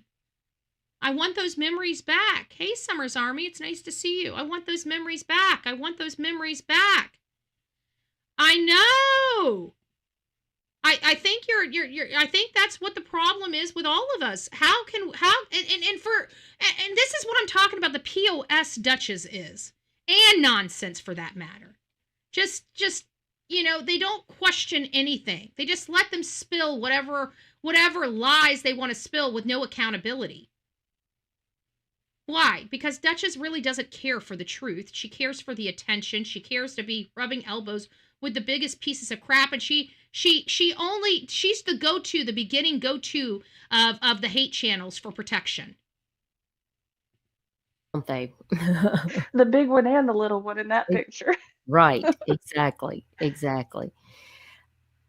We Now got this- him that the unlimited ride bracelet, and he was more interested in getting his corn than he was riding the rides. Oh my goodness. Well, that must be some good corn then, for sure. Now this looks like a scary picture right here, and Sebastian has got his lip out. Tell me more about this one. That's the same night as the other picture. That's we were waiting in line to get in, and they had different characters running around and scaring people, and he scared Sebastian because he was so determined that he wasn't going to be scared, and we were standing there talking, and we saw him coming up, and he tapped Sebastian. Sebastian turned around and jumped. I'm sorry, Dan. I'm sure. I was like, I gotta get a picture of this. And he stuck his lip out. He's pouting. Oh my goodness. Guys, we have several people that have lost loved ones in our chat right now. Several. Okay?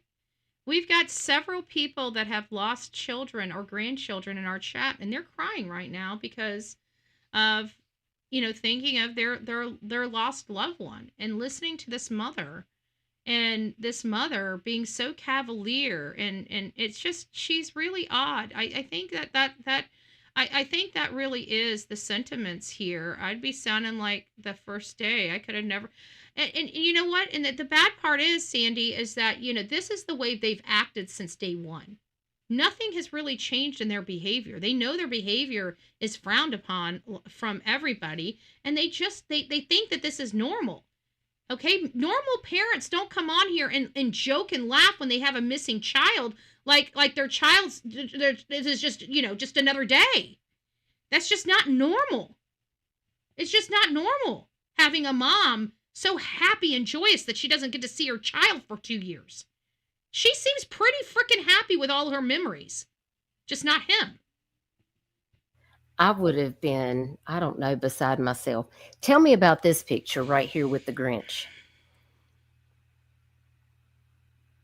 So that is a event that they do here. Oh, hey, Emblem. It's a charity event where they bring in all these buses and they decorate them, and you get to go through and look at the buses and the decorations, and it's a charity event for the children locally, and we go every year and we support. And Sebastian saw this Grinch and he loved it. It just seems like everything's from the same year. He seems like he's the same height, wearing the same clothes. It seems like several photos from, let's just see here. I want to see what he was wearing with the corn.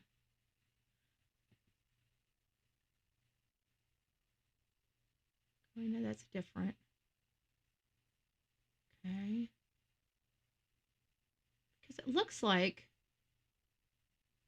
he's wearing that, the black shirt, and it sounds like he's wearing the black shirt here, but this is a sweatshirt. So the reason why I'm saying is because it looks like this is all from the same event.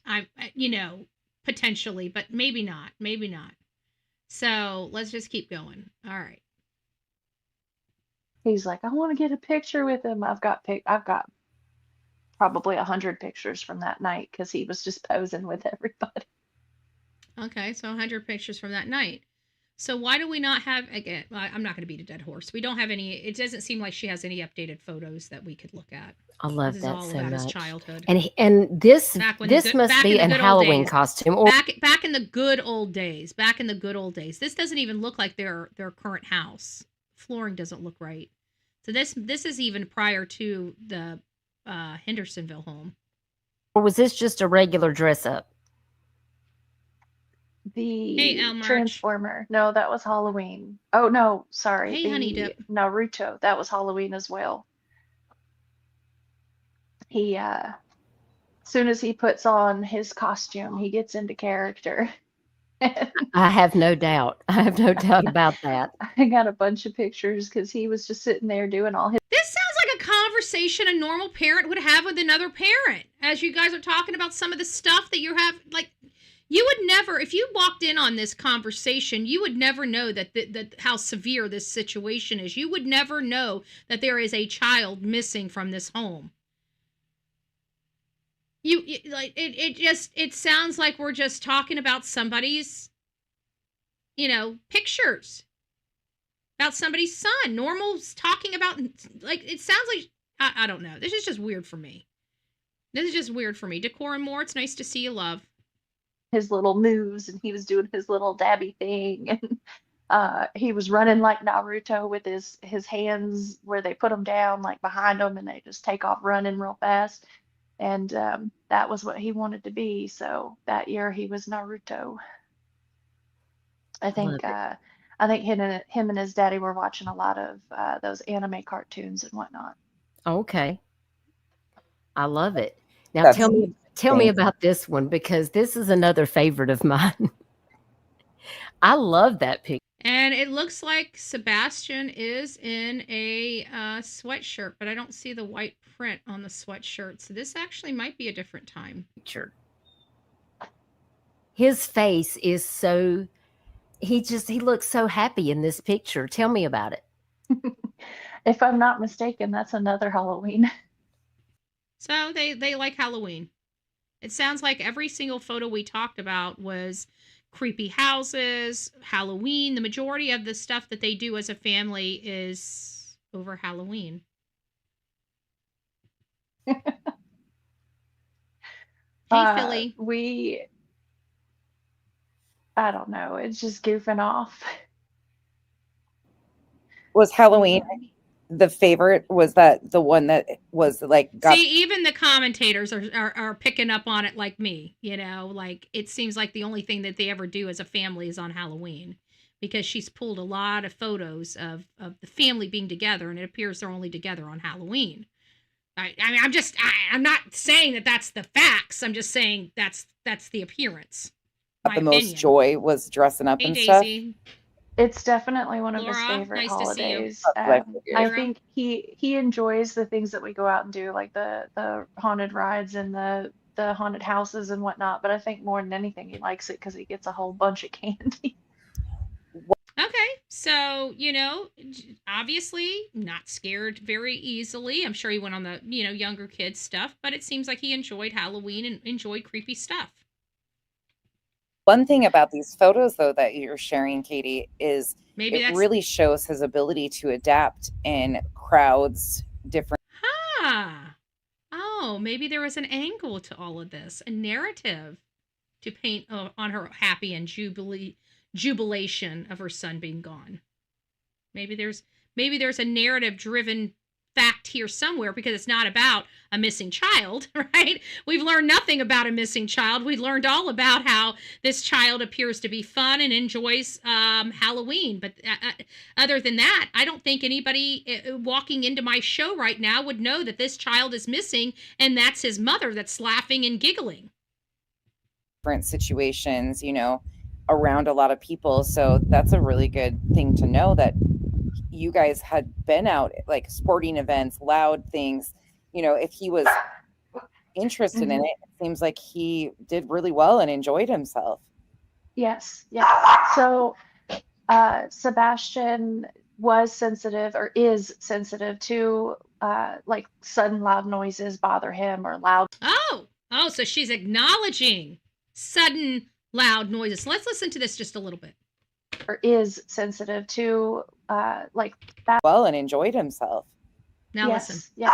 So Sebastian was sensitive, or is sensitive to. She used past tense again. She used past tense again. And fixed it again. Consciously fixed it in real time like she did on the last interview. Wasn't that a year ago? Didn't she do an interview on his birthday, his 16th birthday, and said was on that as well? Past tense, and she knew it right then and there and fixed it? Wow, folks. Interesting. Interesting. He did really well and enjoyed himself. Yes. Yeah. So Sebastian was sensitive or is sensitive to like sudden loud noises bother him or loud noises. So loud noises do bother him because that was the excuse of why he couldn't have possibly gone out of the garage, right? Because the noise from the garage bothers him. So they have to keep with that. But I don't know. This is kind of contradicting a lot of their stuff because we all know that there's a lot of cranky, rattling, sparky, instant fear factors that go on in haunted houses and stuff like that. And if he's not breaking down and having a complete utter meltdown at these things, then obviously maybe there's a reason why they want us to believe that he's sensitive to noise. I'm curious about that. Is he truly sensitive to loud noises? Because I don't know of any Halloween haunted house prank thing that we go to that's not loud. Exactly. Like, I don't know if you guys remember, but we had Miss Robin on here. Well, Miss Robin, she used to be a mod. We kind of had a falling out. But, you know, her and I and her husband went to a haunted house. And I remember walking up to it. It was extremely loud music. It was just extremely loud. So, you know, I'm trying to figure out this because, you know, why are we needing to know that he is ultra sensitive to loud, shocking noises, but yet he's here around loud, shocking noises? That, yeah, in the bowling alley too. You're making a point here. I mean, why are they needing us? Maybe we were asking the wrong questions. Why are we needing to know that he is fearful of sounds? But everything she's presenting here shows he's not fearful of sounds. And moreover, you guys have to remember, we also did the SeaWorld event because I helped Seth prepare the SeaWorld event. He was around a lot of people and around a lot of noises that he wasn't accustomed to. And he seemed to really enjoy himself. So why are we being force-fed that he has a problem with loud noises? What's the purpose of that? Because everything that's being presented over the last year actually contradicts that, in my opinion. Let's listen to this. Yeah. So Sebastian was sensitive or is sensitive to like sudden loud noises bother him or loud noises bother him. But if it's something that he's enjoying or having fun with, he tends to cope a little bit better with it. Yeah. And it also depends on the day. This doesn't look like coping. He looks like he's enjoying himself. I mean, can we agree that there's a difference between coping and enjoying himself? If you guys believe that this photo describes, oh, thank you. I know she does. Let's do a poll here. If you believe that he looks like he's enjoying himself here, put a 1 in the chat. If you feel like he's only coping, put a 2 in the chat. Be honest. The difference between enjoying and coping. Does this boy in this photo look like he's enjoying himself or coping? Let's see what we got. Do, do, do, do. That's the one we need. We need a do, do, do, do. Oh, let's do.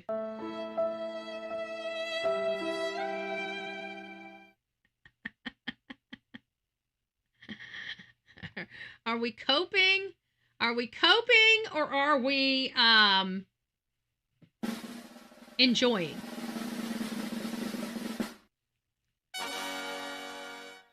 I can't see it. It doesn't appear to be coming in. I think it's frozen up just a little bit. Let me see if I can trigger it. Hold on. Give me a, okay, there they are. They're coming in. Sorry, the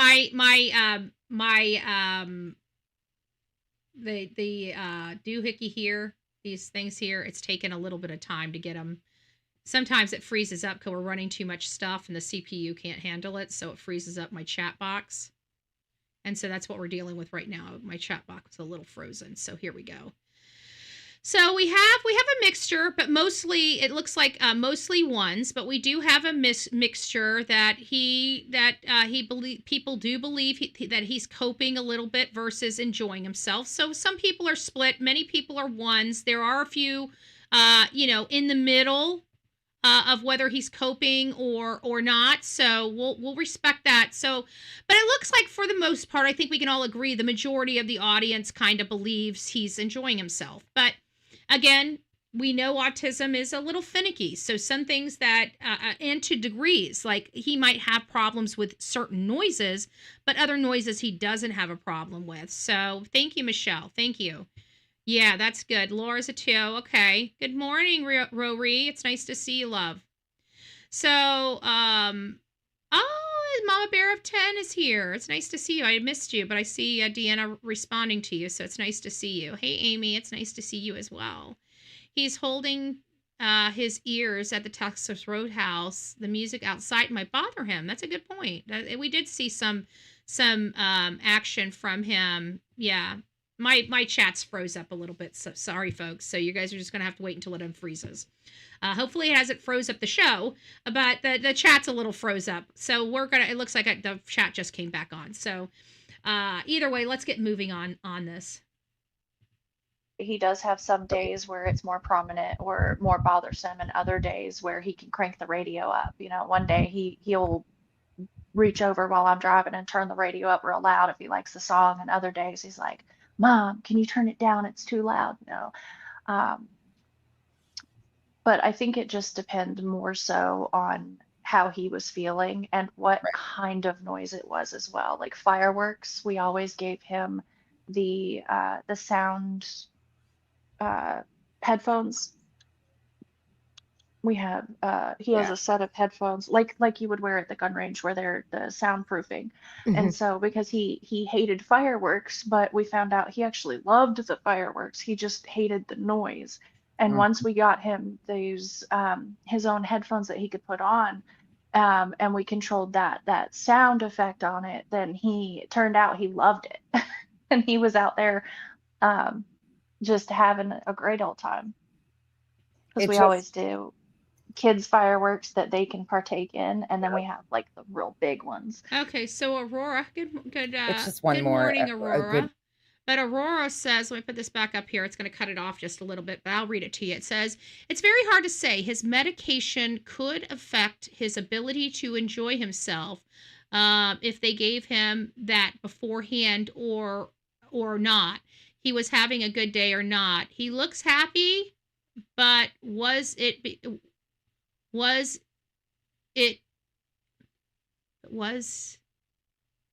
in the background? I'm not sure, but was he in the background? But the way he is in the background, something is just off right there, but I get your point. So maybe medication could be helping him with some of this stuff. I didn't think about that, to be honest with you. So that is a possibility. Minnow, good morning. It's nice to see you. Good morning, Philly. I'm sure he didn't enjoy what you did to him, Katie. Yeah, exactly. I do believe Katie did something. She's too cavalier here. And she's been cavalier since every time she talks, she just has no urgency. And she sounds just like Courtney. I'm sorry, she does. Reminder. Not the words she's using, the temper, the tempo, the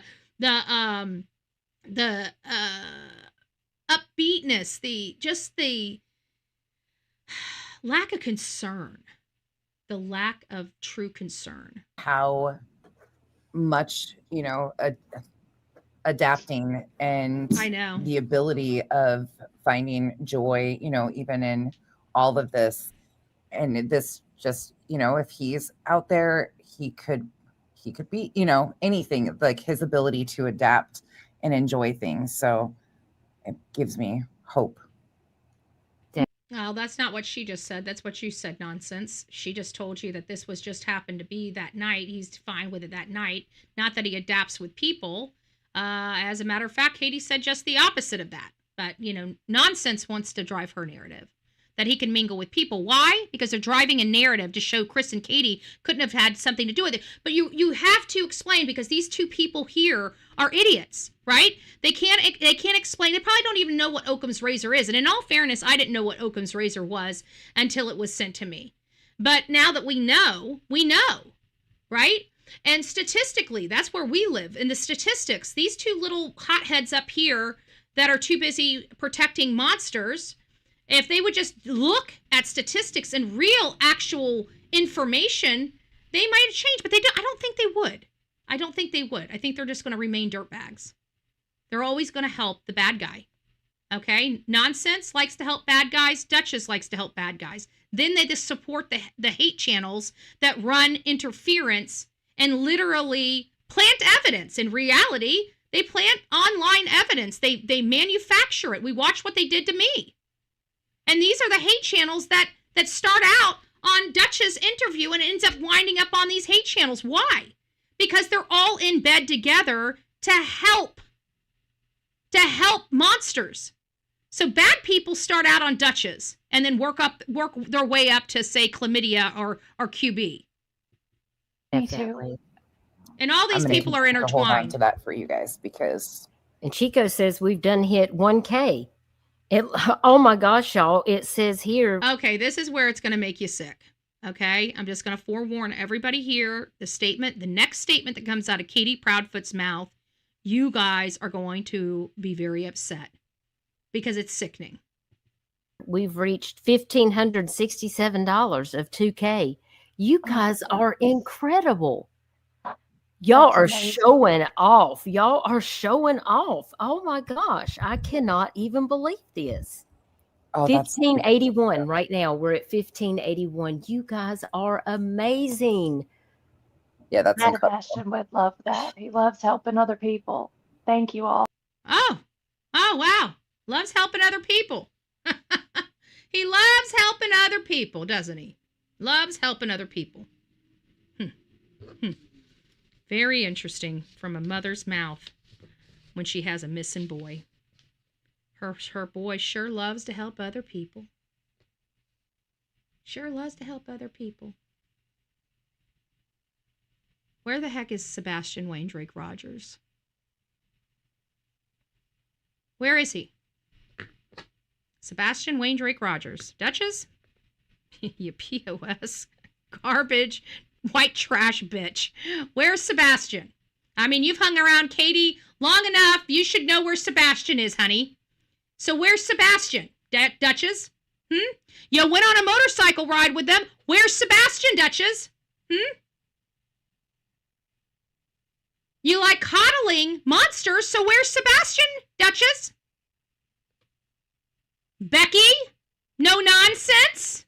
Where's Sebastian, boo-boo?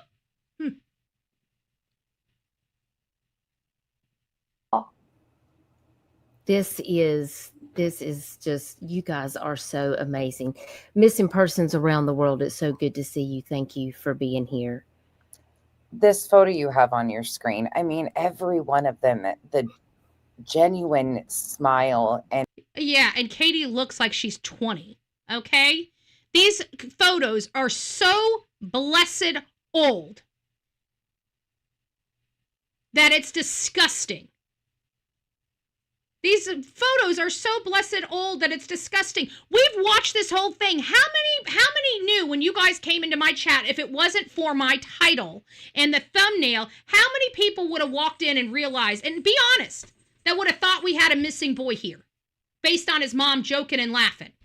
How many people? Put an A in the chat if you did not, you had no clue we're talking about a missing boy. Put an A in the chat. Put a B in the chat if you knew we were talking about a boy, a missing boy, and it was conveyed based upon the show I'm showing you. A, you had no clue had you not known, and B, they're conveying very clearly that there's a child missing. Cindy believes that there is a child missing, and they conveyed that well. And in all fairness, thank you for your honesty. I appreciate it. It is about, what we feel as a whole. So we have one so far. Is anybody going to join her?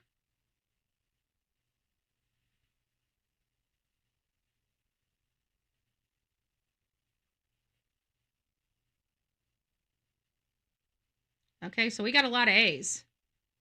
And in all fairness, it's not about whether we have a missing boy. We know there's a missing boy. My question was, do you believe that coming into this chat and watching what I showed you, had you not known about this case, would you think there was a missing boy? And A was no, we would never have known. And a lot of people believe that A. We do have one that believes B, but I wanted to clarify just in case they misunderstood. So it sounds like there is one person that does believe, but my stream is delayed. Yeah, there's going to be some delays in the stream, hun. I'm sorry. There's not much we can do about it. I'm running 2 shows at once simultaneously. I'm running a vertical stream, and I'm running a horizontal stream, and running a live chat. So it's bogging down. It's bogging down the old system. I can tell you the battery can barely handle it on the MacBook Pro. I really think I need to upgrade to a regular computer, like a desktop, to run this show. I think that, I mean, God bless these laptops. They got us through all of these years, but it unfortunately, all this new equipment, all the new stuff we're running, it's taking a lot of bandwidth. So we need to have better equipment that can handle it, but that's okay. We have growing pains. We'll get through the growing pains. We always grow. We strive to be the best. We know we'll never quite achieve perfection. So we're going to keep striving for it. So that's where we're at. So we have a lot of people that agree that this doesn't appear like somebody's missing child. This is not any type of show that I've ever seen where we're talking about a missing child and it's his birthday. This is something I've never seen from any parent in my life. Their behavior has been atrocious, and it's like all they have to do themselves, Chris and Katie, would be just research missing children and parents. And they would see very, very clearly why nobody believes them. Because when you see a real parent that's grieving, there's no ifs, ands, or buts about it. You don't have to question. And I can guarantee you there's not one father or stepfather of a missing child that they love out there making mockery of their real father. Not one case have I ever covered where the stepfather mocked the father for being distraught over a missing son. Ever in my life. That was disgusting. And that said everything I needed to hear. Everything. And joy, that his smile is so distinct in every one of these. And this is it's like a whole new all these different features that I'm noticing that I didn't notice before. And some of the previous photos are just standing out to me. And I'm like, wow. Mm-hmm. These are great, Katie. Thank you for sharing these with us today. I know today has got to be incredibly difficult for you, but I just want him to know that he's loved and that we're out here and that we're still looking for him. Says a woman that's never gotten off of her ass to actually look for him one day. She's never even posted one flyer. The only flyer she's ever posted was on her own car, and she ripped him down 2 weeks later. She's never done anything to advocate for her son. She's never done anything to advocate for her son. Nothing whatsoever. Nothing whatsoever.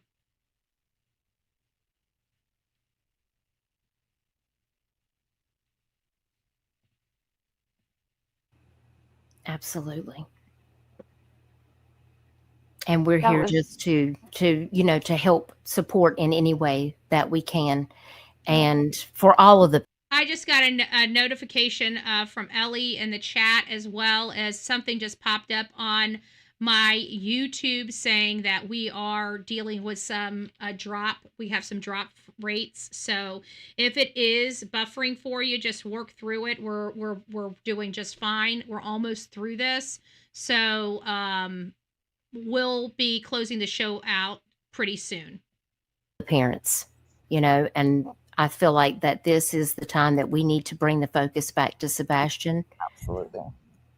So, and I appreciate you, coming up and sharing, your memories about these wonderful pictures that you sent us today. Yeah, without breaking down one time, without crying one time, without any sobbing one time, she was able to go through all of these photos of her missing son, her son that's been missing for 2 years, without one shedded tear. Guys, don't forget we have 460 people in our main chat, and we have 63 people in our vertical chat. If you guys, oh, there's my problem right there. It's still running. Make sure this is not running. Okay, this is paused. That wasn't paused. That might have been the problem. My system was still running. I was running 3 shows because it was running my live stream behind here. Okay. Please don't forget to hit the thumbs up button. Again, we have 66 people in the vertical view, and we have 460 people in the horizontal view, 173 people in the horizontal view. If you guys will hit that thumbs up button, I would greatly appreciate it. And if you guys are on X or Instagram or Facebook, please post this out. This is a lot of conversations. This is a lot of our opinions. This is a lot of stuff that's driving this case and why we believe Katie is such a suspect in this case. Not only was she the last person to see this child alive, not only did this child fall asleep in a house that she was the only person inside of, and then all of a sudden by morning he was gone and gone forever. No evidence that he even walked out the house. We've got a problem here. And while there might be other people that refuse to acknowledge the obvious, we will not. And we don't care whose feelings we hurt. We're not here for your feelings, okay? We're here for the truth. And the truth in this case is bad. Chris and Katie's behavior does not equate to the words that are coming out of their mouth or the situation they are currently in. Because that is my opinion, but that's the opinion many people on this channel have. Okay, it's not just me. Hey Sassy, hey Michelle, it's nice to see you, love. Sasha, to peace and love. It's to nice be able to see to you. share in those memories and know how important it is that Sebastian him so much. Okay, let's go back. Sorry, to his family where he's loved. I can't stand loved. Dutch's voice. She drives me nuts. We all love him so much, not just me and both his dads, but the whole family. Oh, you mean that step grandfather, the Terry Bowersox, that says his attention span depends on how many squirrels are in the yard? Oh, that person loves him? Got it. These people are disgusting. I got to tell you, you know what? They have, after hearing the way that they talk about Sebastian Wayne Drake Rogers, it was disgusting. It was horrible to think that they spoke about that young boy the way that they had done. And they did this right in front of his face. And we noticed that at the beginning, because if they talked like this at the beginning and thought there was nothing wrong with the way they talked about him, how many times did they talk about him like this to his face? As if he didn't have feelings or didn't know that they were making fun of him or treating him bad. Yeah, and he doesn't have 2 dads. Good point. He has 1 father. Just because you marry a piece of shit doesn't make him a child's father, just to let everybody out there know. It takes a real man to be a father and a dad. And I can tell you, Chris is not a real man. He's got a penis, but he's got a penis upstairs and downstairs. He's a joke.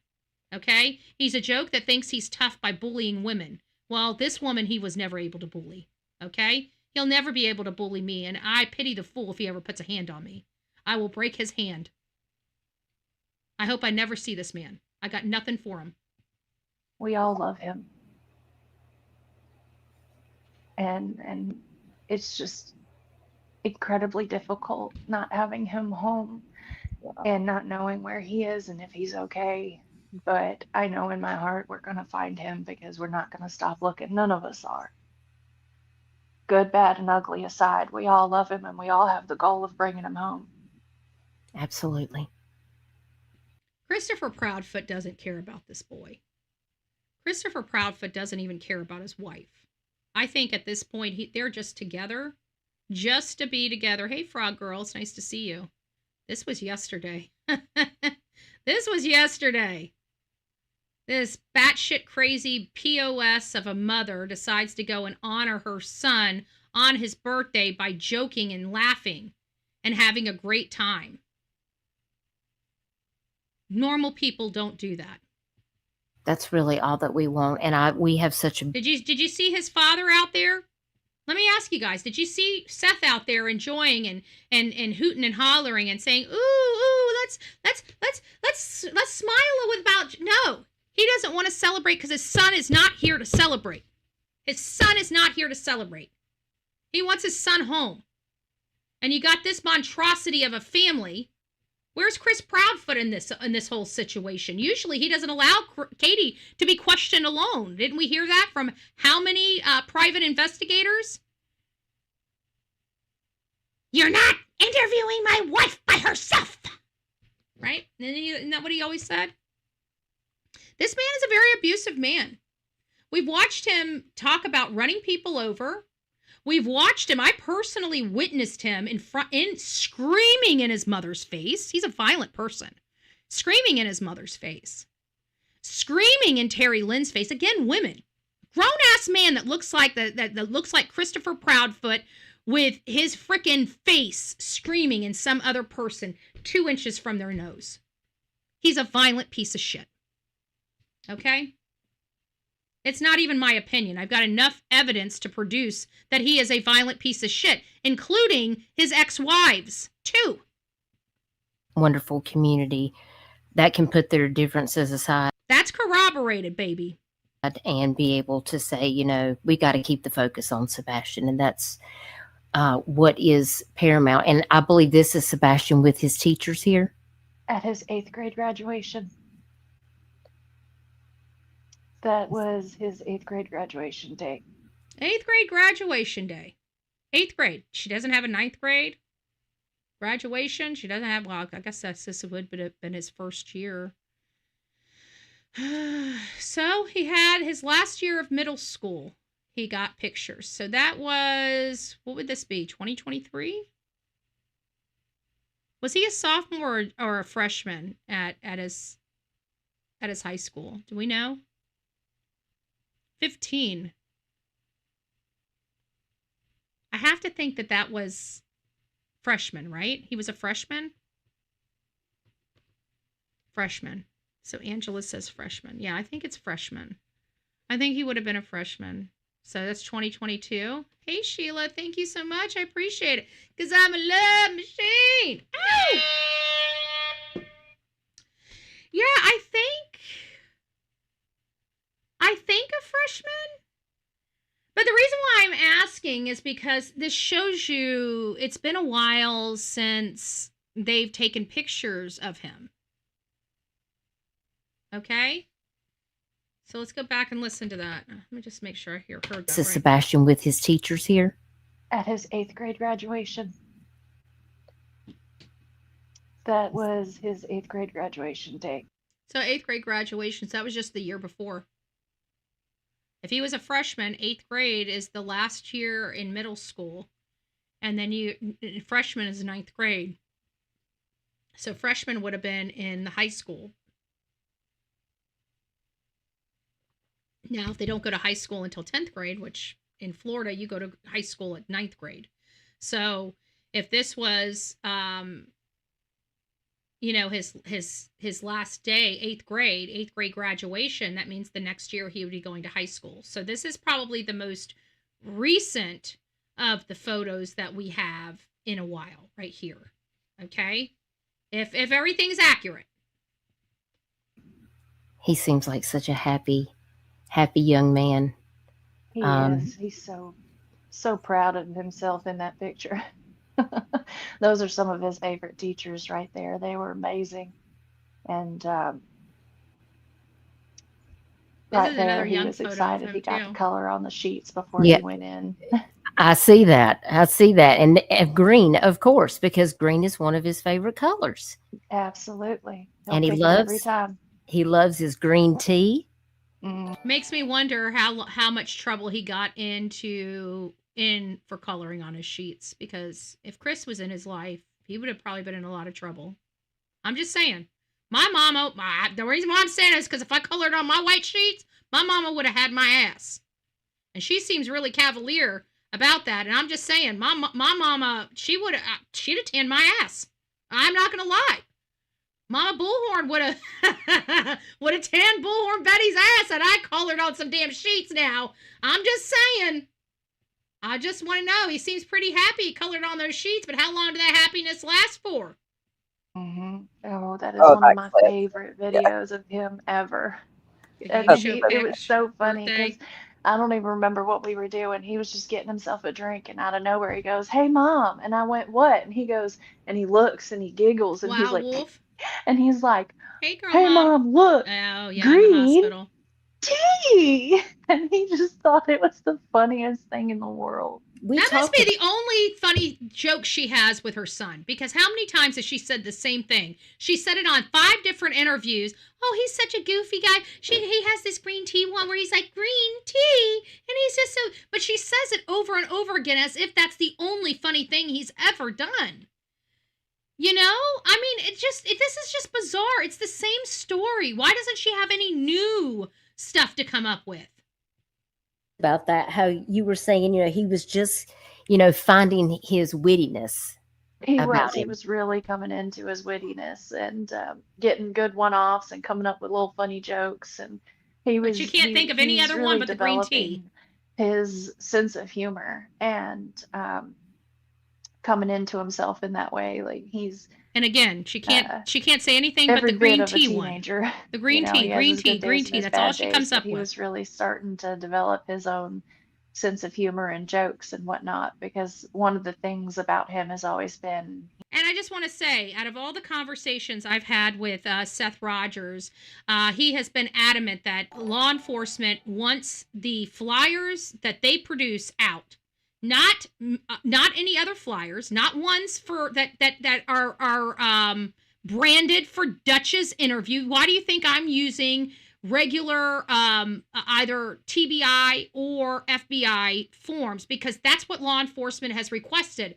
But that's not good enough for Dutch's. She needs to have a branded missing flyer, even though they have been adamant. Even Seth. He wants to use the FBI flyer, and Sumner County's getting pissed off at him for not using their flyer, right? So, again, why is Dutch's using a flyer that she knows that law enforcement has stated multiple times they don't want any other flyer being distributed except theirs, right? And we've provided the flyer from At Night, but it's offering a $500,000 reward, okay? But at the end of the day, they don't want us supplying anything out there except for their stuff, the FBI, or because somebody might clip this, print this, and start posting this around town, and law enforcement doesn't want that.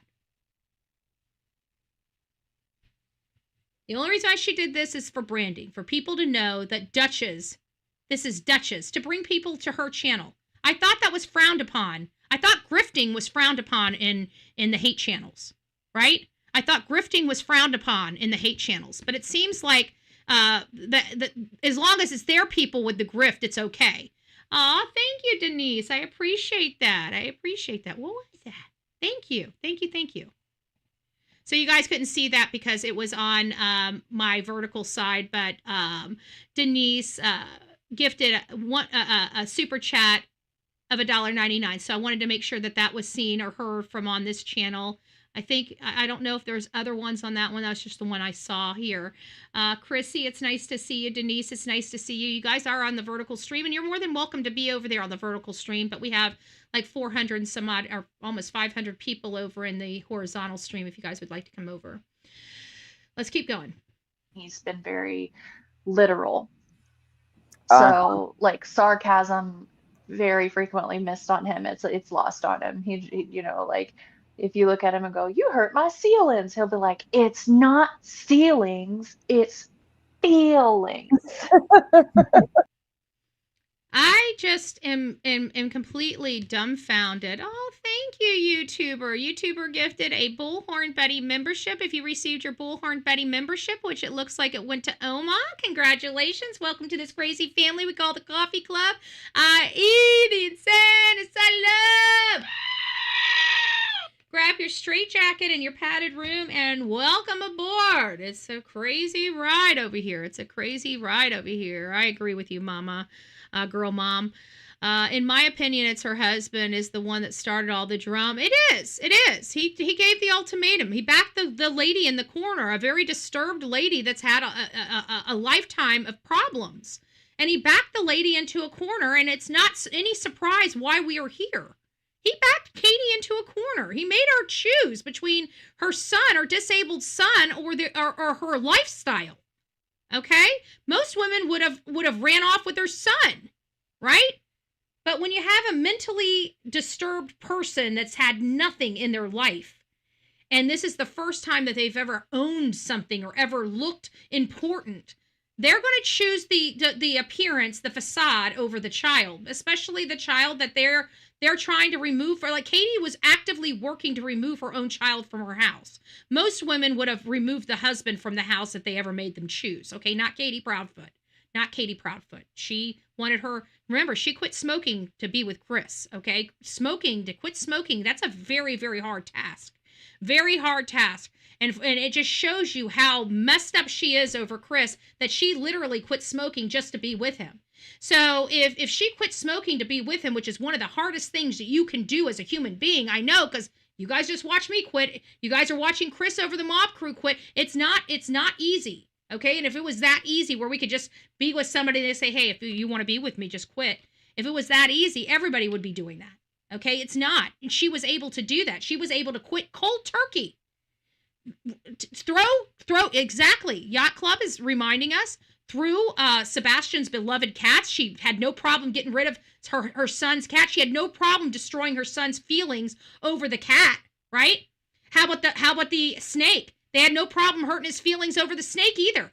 They have hurt this boy. Every single opportunity that they could possibly hurt this boy, they did. They took his cats away. They took his boa constrictor or python away, whatever type of snake it was, brownie. They took everything. Everything that they give this boy, they take away as a punishment. As a punishment. This poor boy was abused. Mentally, physically, spiritually, he was abused. He was abused. In my opinion, absolutely abused. Age is easier to quit than nicotine. I'm telling you what. I don't know about the age. I never had a problem with the pills or any of that stuff. That was never my cup of tea. But I tell you what, it obviously stuck long past my addiction. So I have to agree that is true, you know. Because it did precede my my addiction. So it was the last thing I wanted to kick, because I got rid of all the other gunk and stuff in my life. So it was the last thing I wanted to kick, and I'm happy that I've kicked it, you know. And I don't forever see myself turning around and running back to it. I have no desire to smoke. I don't care for the smoke. I don't care for the vape. I don't want none of it. I've gotten through it to the point where I have no cravings for it. I'm happy. I'm just stay away from me. Not today, Satan. Not today. But she was able to kick it. She was able to kick it with no problems. No problems at all. I'm telling you, if you can do that and you're given an ultimatum about your child, it seems like you're hook, line, and sinker in with the man. That cracks me up. This whole video, this whole entire show was laughing and having a good time. It made me sick. A child is missing, and they're just acting like it's just another day in paradise. It was just disturbing. This whole thing has been disturbing. But leave it to Duchess. Leave it to Duchess. She has no class, no integrity, and she damn sure doesn't care about any missing kid. Joke, bud. That makes me laugh, because I'm sure that he just really brought energy to the room wherever he was at. Yeah, because she knows so well. Yeah. Well, I mean, it's contagious. His smile is contagious. Yeah. His laugh is contagious. You know, when he's in a bad mood, it's, leave me alone. You know, hubby and I were talking about his eclectic taste in music. Tell us again some of the different artists that Sebastian liked. I know he liked Taylor Swift. I am the worst person in the world for that. I am the worst for names. She doesn't even know what kind of music he listens to. But the stepfather, that has nothing to do with him, won't even come home. He knows what kind of music Sebastian likes. Or is it that he forces Sebastian to listen and like that music? God forbid there's no hip hop allowed, right? Because they're racist over there, and I can tell you that. I've got a hold of some people that have said some, for all those hate channels, and stuff like that just don't like, people that are racist. They don't mind, defending racism. And then Chris has said some very disgusting words about black people, according to some people that he's been around. So, hey, whatever. I mean, these are their words, not mine, right? They don't mind calling Bullhorn Betty a racist, and I've never said the N-word. Chris Proudfoot has. Multiple times. Multiple times. You have never in the history of me being alive and breathing air ever said the N-word. Ever. Ever. Christopher Proudfoot has. And remember, all of these people are supporting him. All these people that like to say racism are actually supporting a person that treats a black person differently than a white person. That's racism. So let's not forget that. I'm one of those where I can recognize the songs, but for the life of me, I can't tell you the name and artist. He and Christopher, especially when we're driving in the car, Right. they will play different songs, and Christopher will be like, "What's this song?" And I'll be like, "I don't know." And Sebastian's in the back seat going, "Mom, it's this and this." Yeah, because I'm sure he knows.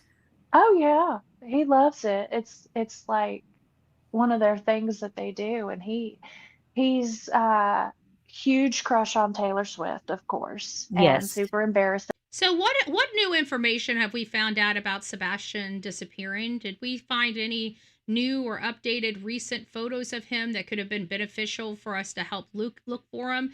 Did they advocate really throughout this entire time to go out and provide activities such as posting flyers, getting out and posting, 10 flyers on poles outside of your home, no matter where you are, because we don't know where they are. We don't see any of that. We haven't heard of her. We didn't see her face on the screen. We didn't see her show Sebastian's most recent photos. We didn't hear her plead with the public to help find her son. We didn't hear her plead to the potential abductor that took her son. We really got no new information out here at all, other than I want people to look at me and think I'm a decent mom because I finally did go through my arsenal of photos and found a few photos that I want to share. That's what it looks like from outsiders looking in. What was the purpose of this? There was no purpose of this except to make Katie look like a normal human being, which she is not. Okay? Katie is not a normal human being. Okay? She was able to do the unthinkable, in my opinion. About that, if you call him out for it, he'll just turn as pink can be. But I mean, he loves almost all music, and I wish I could name off more names, but I'm just so terrible. Almost all music except hip hop. I mean, right? he loves Chris won't let him listen to Ed it. Sheeran. He loves. Why hasn't anybody on the hate channels asked Chris why he would never allow? Let me ask you this: why have we never asked Chris prior to this why there was no hip hop allowed in his home? That would have been interesting, right? If we would have learned this way back when, I'm pretty sure he would have lost. Actually, no, because the hate channels are just nasty people. They profit off of divisiveness. They profit off chaos. They profit off driving wedges in cases instead of helping. That's what they do. That's where their profit comes from. They get paid to run interference. So, I don't think they really care whether somebody's racist or not. They only use the racism, try to condemn somebody they don't like, but they don't mind working with racists, right? They don't mind working with racists for profit. So obviously they don't mind it because we know Chris has said it. We've got multiple people, especially that he hangs out with after work, right? Those people that sit at the bar stools next to him, the people we've spoken to that know Chris and have spent months with Chris, right? Even the fact that he gets punched in the face and falls on the ground and starts laughing hysterically. Just creepy, crazy crap that he stirs up and gets into in the bar. When he's in a bar and he runs his mouth in a bar and he gets into one of those fights, those bar fights, and he's knocked to the ground, he starts laughing hysterically. Creepy. Creepy. Creepy. Yes. I had 3 different people tell me that story. And that happened in Alabama, by the way.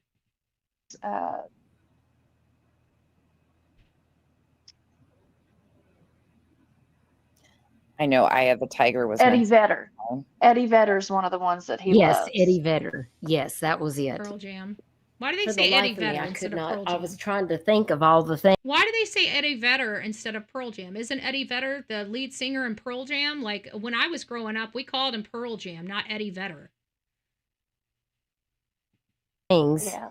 And I was like, you know what? The chat, I bet the chat would be able to tell us all the different things that I probably can't recall in this very moment. And by the way, thank you guys so much. We have 500 people. We have 500 people in the chat. We have 300 likes. Somebody, you guys need to be getting out there and hitting the like button up a little higher than that if you'd be so kind. I'd greatly appreciate it. If you're new to this channel, please come back in if you have not already. Once you give the thumbs up, please come back in here. Tell us where you're from and what the temperature is. We got a lot of cold temperature across this world. Some's cold, some's not. Right here, I'm in Florida, and we have some weird weather right now. It's raining today. We got a slight cold front coming in, which is basically something that cools us off a little bit cooler than molten lava, but the rest of you guys seem like you guys are in the you guys need icicles and Eskimos and igloos and stuff to go get warmed up in. Wow. See, there is no pictures in there of the no, that's the point I made. That's one of the thank you, Sabrina. 47 in Houston. You guys are still cold. That's my problem, Wild Wolf, is the fact that she's showing all these photos, but still no recent photos. These are all old photos. These are all old photos. It seems to me that something happened in 2022 and they they just stopped going out. Oh, Eddie Vedder went solo years ago. Huh. Well, I stopped watching or listening to Pearl Jam back in, late 90s, early 2000s. I kind of moved on into a country, I went from, hip hop to metal to country, it's spice of life. I think that kind of comes with everybody as you try to figure out where your place is in life. You go through phases of your life, right? And something sticks. So Ashley, 8 degrees in Illinois. Ooh, 40 degrees, soupy here. Well, it's getting soupy here in Florida too. It's a little wet outside. I gotta say. So, it was nice to see you. Central Florida. I'm on the west coast of Florida. I'm sandwiched between Hillsborough and Sarasota. I'm in Manatee County.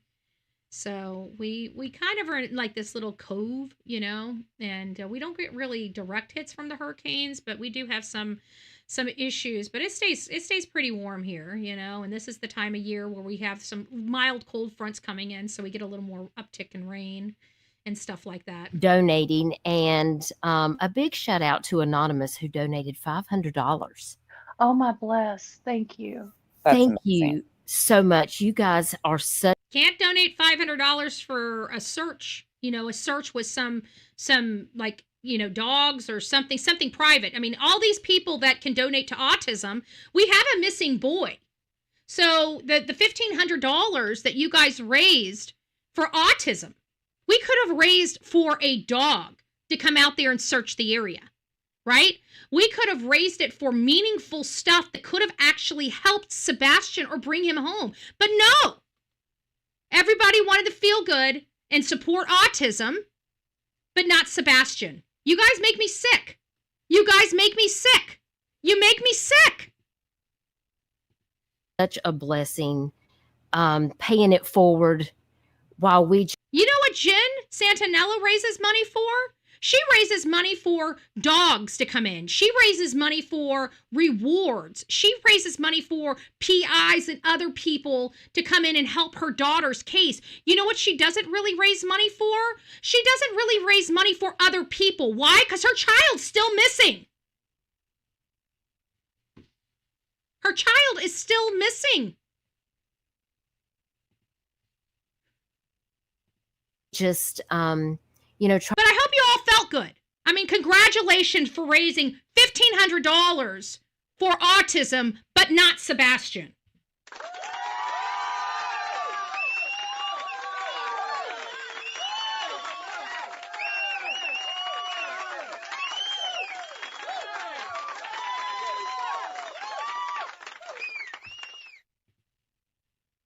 try to share these facts and allow a place to just you guys allowing. It really means. As far as the other day forward, you would like to continue to do that. Do you want to talk about that? I can, yes. Okay. First and foremost, I pray to God we don't see a 2-year mark. I hope we bring him home. Okay. But that being said, even when we do. Okay. All right. So we hope we don't hit the 2-year mark. Very cavalier. Very creepy. Her tone is freaking creepy when she's talking about her son. It's creepy. It's creepy. Him home. You to do that. Do you want to talk about that? I can, yes. Okay. First and foremost, I pray to God we don't see a 2-year mark. I hope we bring him home. Okay. But that being said, even when we do bring him home, we were talking and thinking about what would Sebastian want. And we think that supporting other persons that are missing as God! Well. Don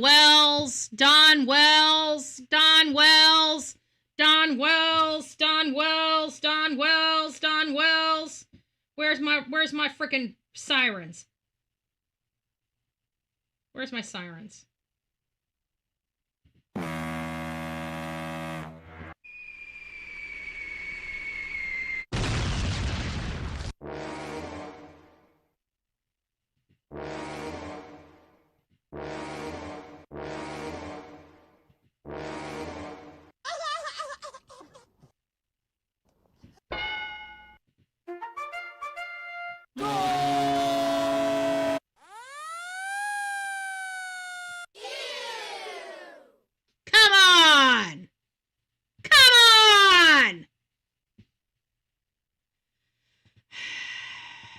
well is a phenomenal idea because supporting other persons that are missing as well is a phenomenal idea because we're not the only family in this situation, unfortunately. And as much as I wish that no one would ever go through this, it's real. And so we were thinking about potentially trying maybe to set up a scholarship in honor of Sebastian in his name to help other families of missing as well, because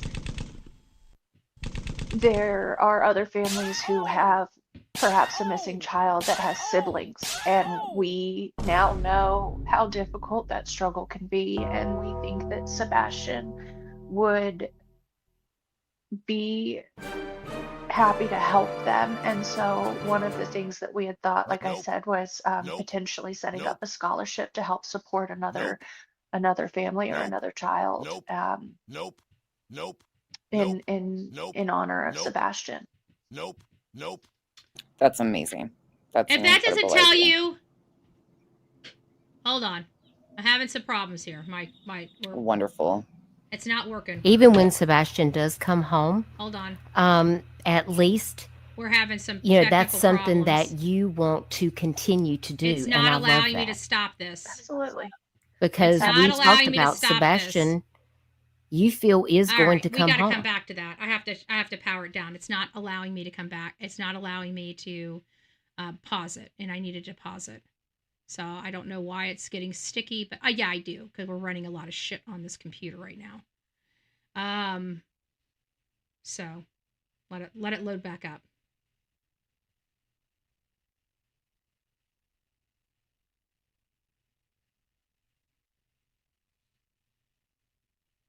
I wish that no one would ever go through this. It's real. And okay, why is this thing not allowing me to pause it? Okay, it's finally starting to come back up. Let me clear some stuff that's on here that needs to be cleared off, because it's always the YouTubes, it's always the gunk, it's always the publications. The publications seriously cause so many issues on our internet that it's not even funny. I have to go to X, and this is for anybody that's using OBS or other devices. When you're showing your screen, stay away from publications, read form.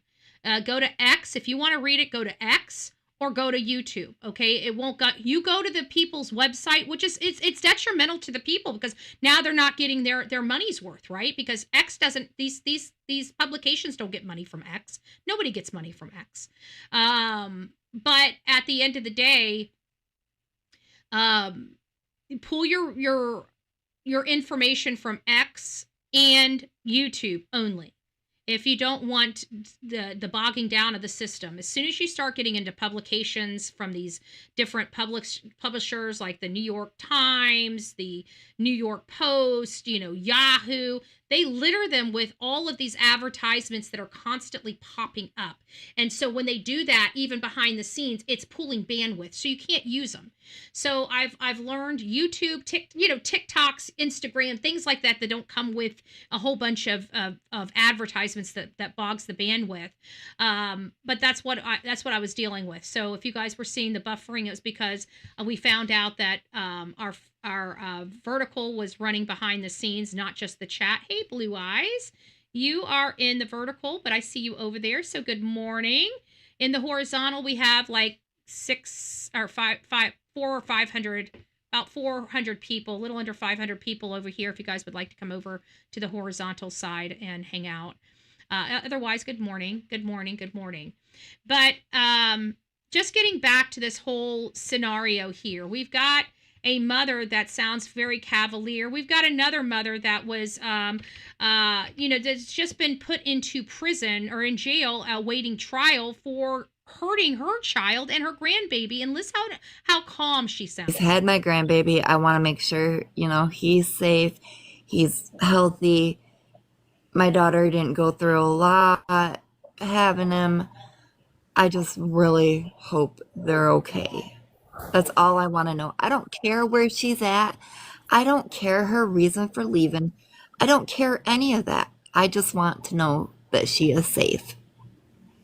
That is Courtney Bartholomew, and she is accused of killing her daughter and cutting the baby out of the womb. And her daughter lost her life, and her baby grandson lost his life. And the reason why I keep bouncing to this is because I want you guys to hear this lady knew what she did to her own child. And yet she was up here telling Stephanie how concerned she is and how she wants her child, she doesn't care where her child is. She just wants to make sure the child is healthy and happy and that they're doing fine, right? Knowing that she murdered both of them. And then you come over here. Let's listen to Katie. So we were thinking about potentially trying maybe to set up a scholarship in honor of Sebastian. In his name. Does it sound like she's expecting this boy to come home? Do you think does it sound like her son is alive? Because we've got scholarships set up for Ethan Chapin. We've got scholarships set up for a lot of people across this country, and usually it's because they're deceased. Same tone. Same blessed tone as Courtney Bartholomew. I want that to sink in. Katie has been telling us from the beginning, this child is gone. including her tattoo that looked like more like a memorial than an actual tattoo representing the love she has for her son. Chris and Katie have been telling us for over a year and some months that this child is gone. He's dead. They even tried to approach his father to convey that to him. How did they do it? What are you going to do when this goes south, Seth? Right? They have already been preparing all of us. They already knew that this child was dead. How would they know that if they had nothing to do with it? And now this, in honor of,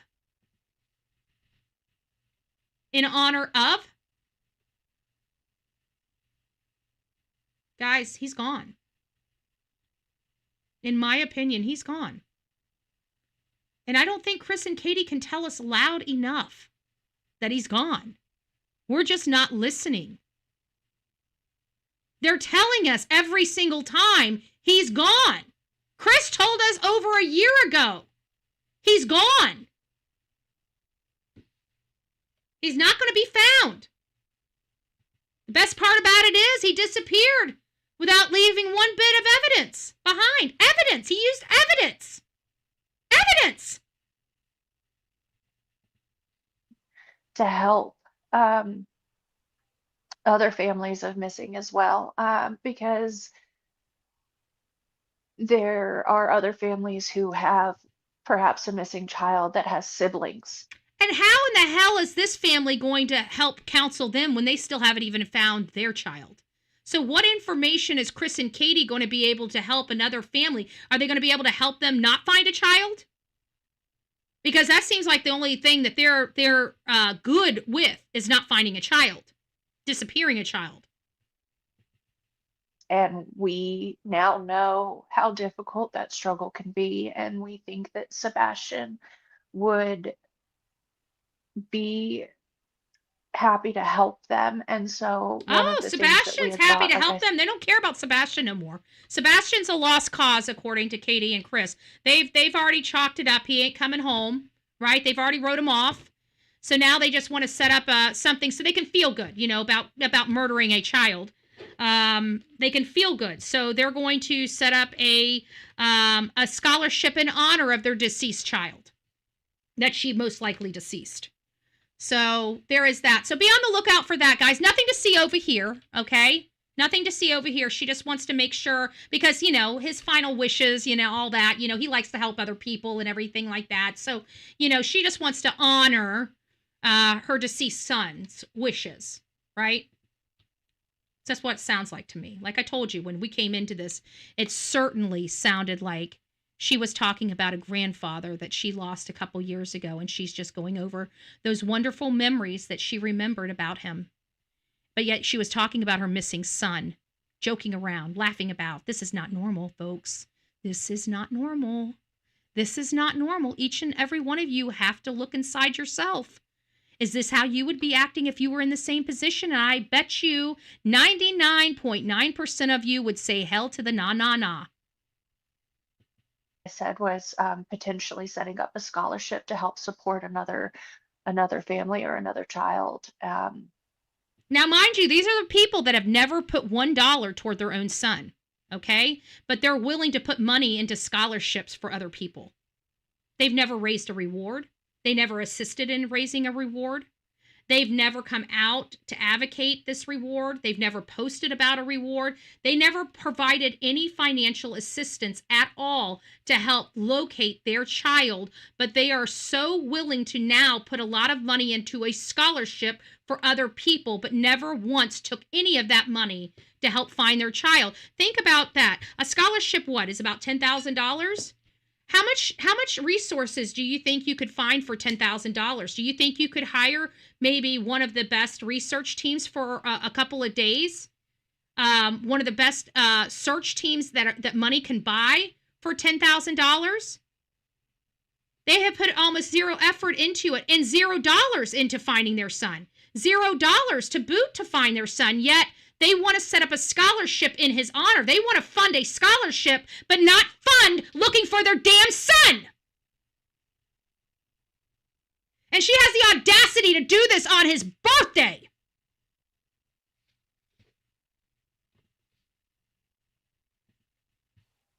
in honor of Sebastian. That's amazing. That's an incredible idea. Wonderful. Even when Sebastian does come home, at least, that's something that you want to continue to do. And I love that. Absolutely. Yeah. If he comes home, right? If he comes home. We all know where this is leading. Okay? My give a damn for people's feelings at this point, this stage in the game is done. Okay? I'm not going to sugarcoat anything. The information we have available to us shows that this child is most likely deceased as opposed to have just wandered off. And according to the statistics and the facts of this specific case, this child not walking out of his own home, no evidence of it, walking into the house with his mother and never leaving again, and he's gone. Okay? It doesn't take rocket science, nor does it take Occam's razor to identify that this doesn't bode right. It's only common sense that tells you his mother most likely did something to him inside of that house that incapacitated him. That's what statistics show us. That's what Occam razor shows us. That's what common sense shows us. There is more evidence implying that this mother harmed her child than not. Not that she set him up, not that she got him gone, not that she sent him to an organization. The information we have available to us, the one that makes the most sense with all of the information provided to us without us having to assume or imply or assert certain things we don't factually know. All the facts show us that the mother is responsible for his disappearance. Now, did he disappear dead or did he disappear alive? Well, if he wasn't deceased, then where the hell would he be? Because if he wasn't deceased, we should be able to find him. We've had almost 2 years to do so.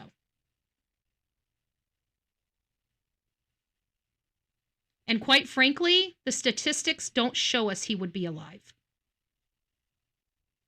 If you don't believe me, go find me the statistics that shows me at this point this child will most likely be alive. Somebody show me that. Put a plug in my assessment. Since I'm such a liar and I don't know what I'm talking about, now I'm going to throw that out to you. Provide me statistics and I'm not talking about outliers. I'm talking about true statistics that are going to show me that at this stage of the game, we are looking for a child that is alive. And if we believe that he is deceased, then we have to believe he was deceased before he disappeared. And if he was deceased before he disappeared, well, he walked into one house and he was only with one person. So who would have deceased him?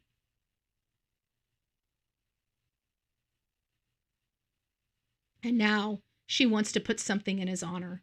It would make my skin crawl to think that a child is getting a scholarship from these two people. It would make my skin crawl. I'm wondering if there's any school that would be willing to take a donation like that for anybody from these two people. But you know what? It's all about the facade, right? They have not put $1 into a fund. They haven't done anything in honor of their son. They haven't even searched for their son. They've done a photo op with the appearance of searching for their son, and that was it. And we know that from good.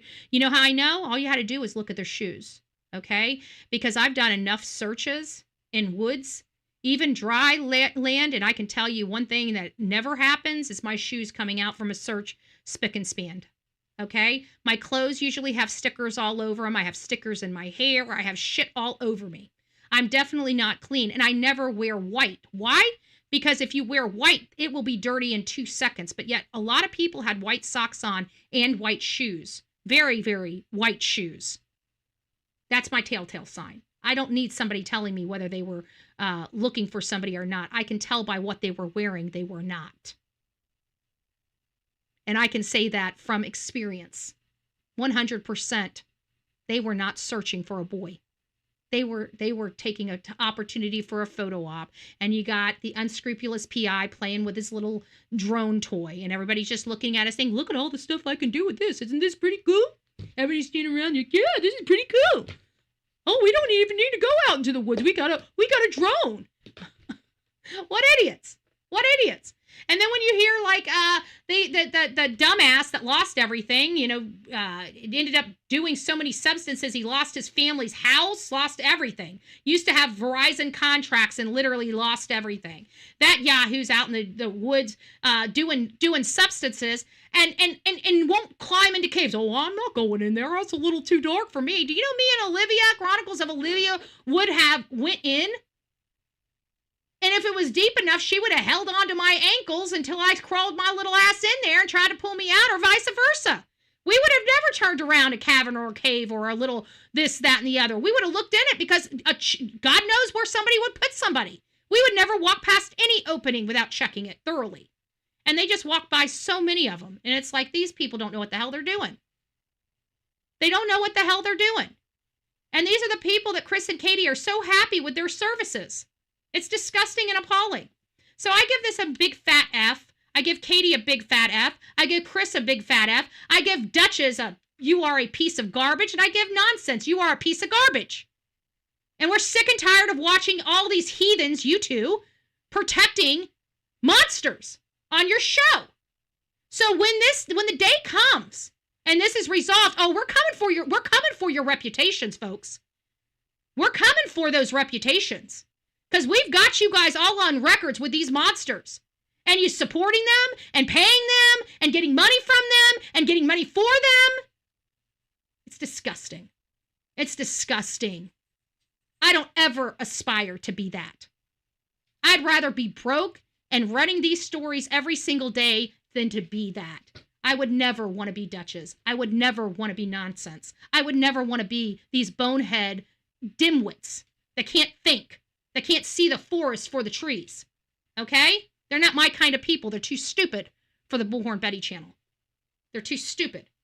Anyways, guys, rock it out with your coffee beans out. Don't forget to be fearless. If you see something, you say something. Because an ounce of prevention is worth a pound of cure. And until next time, please be safe. But more importantly, kind to one another. We'll see you soon, folks. We'll be back later today to go over. We've got, Delilah, you're being rude. We've got, Rebecca Parks that we're going to be going over. I'm not sure what the topics are. I've got to do some research. If I can get the research and the typing done today, I'm going to try to push out 2 political articles and 2 true crime articles, and that will be on my Substack. If you guys have not been over to my Substack and you guys are on Substack, go over and check me out.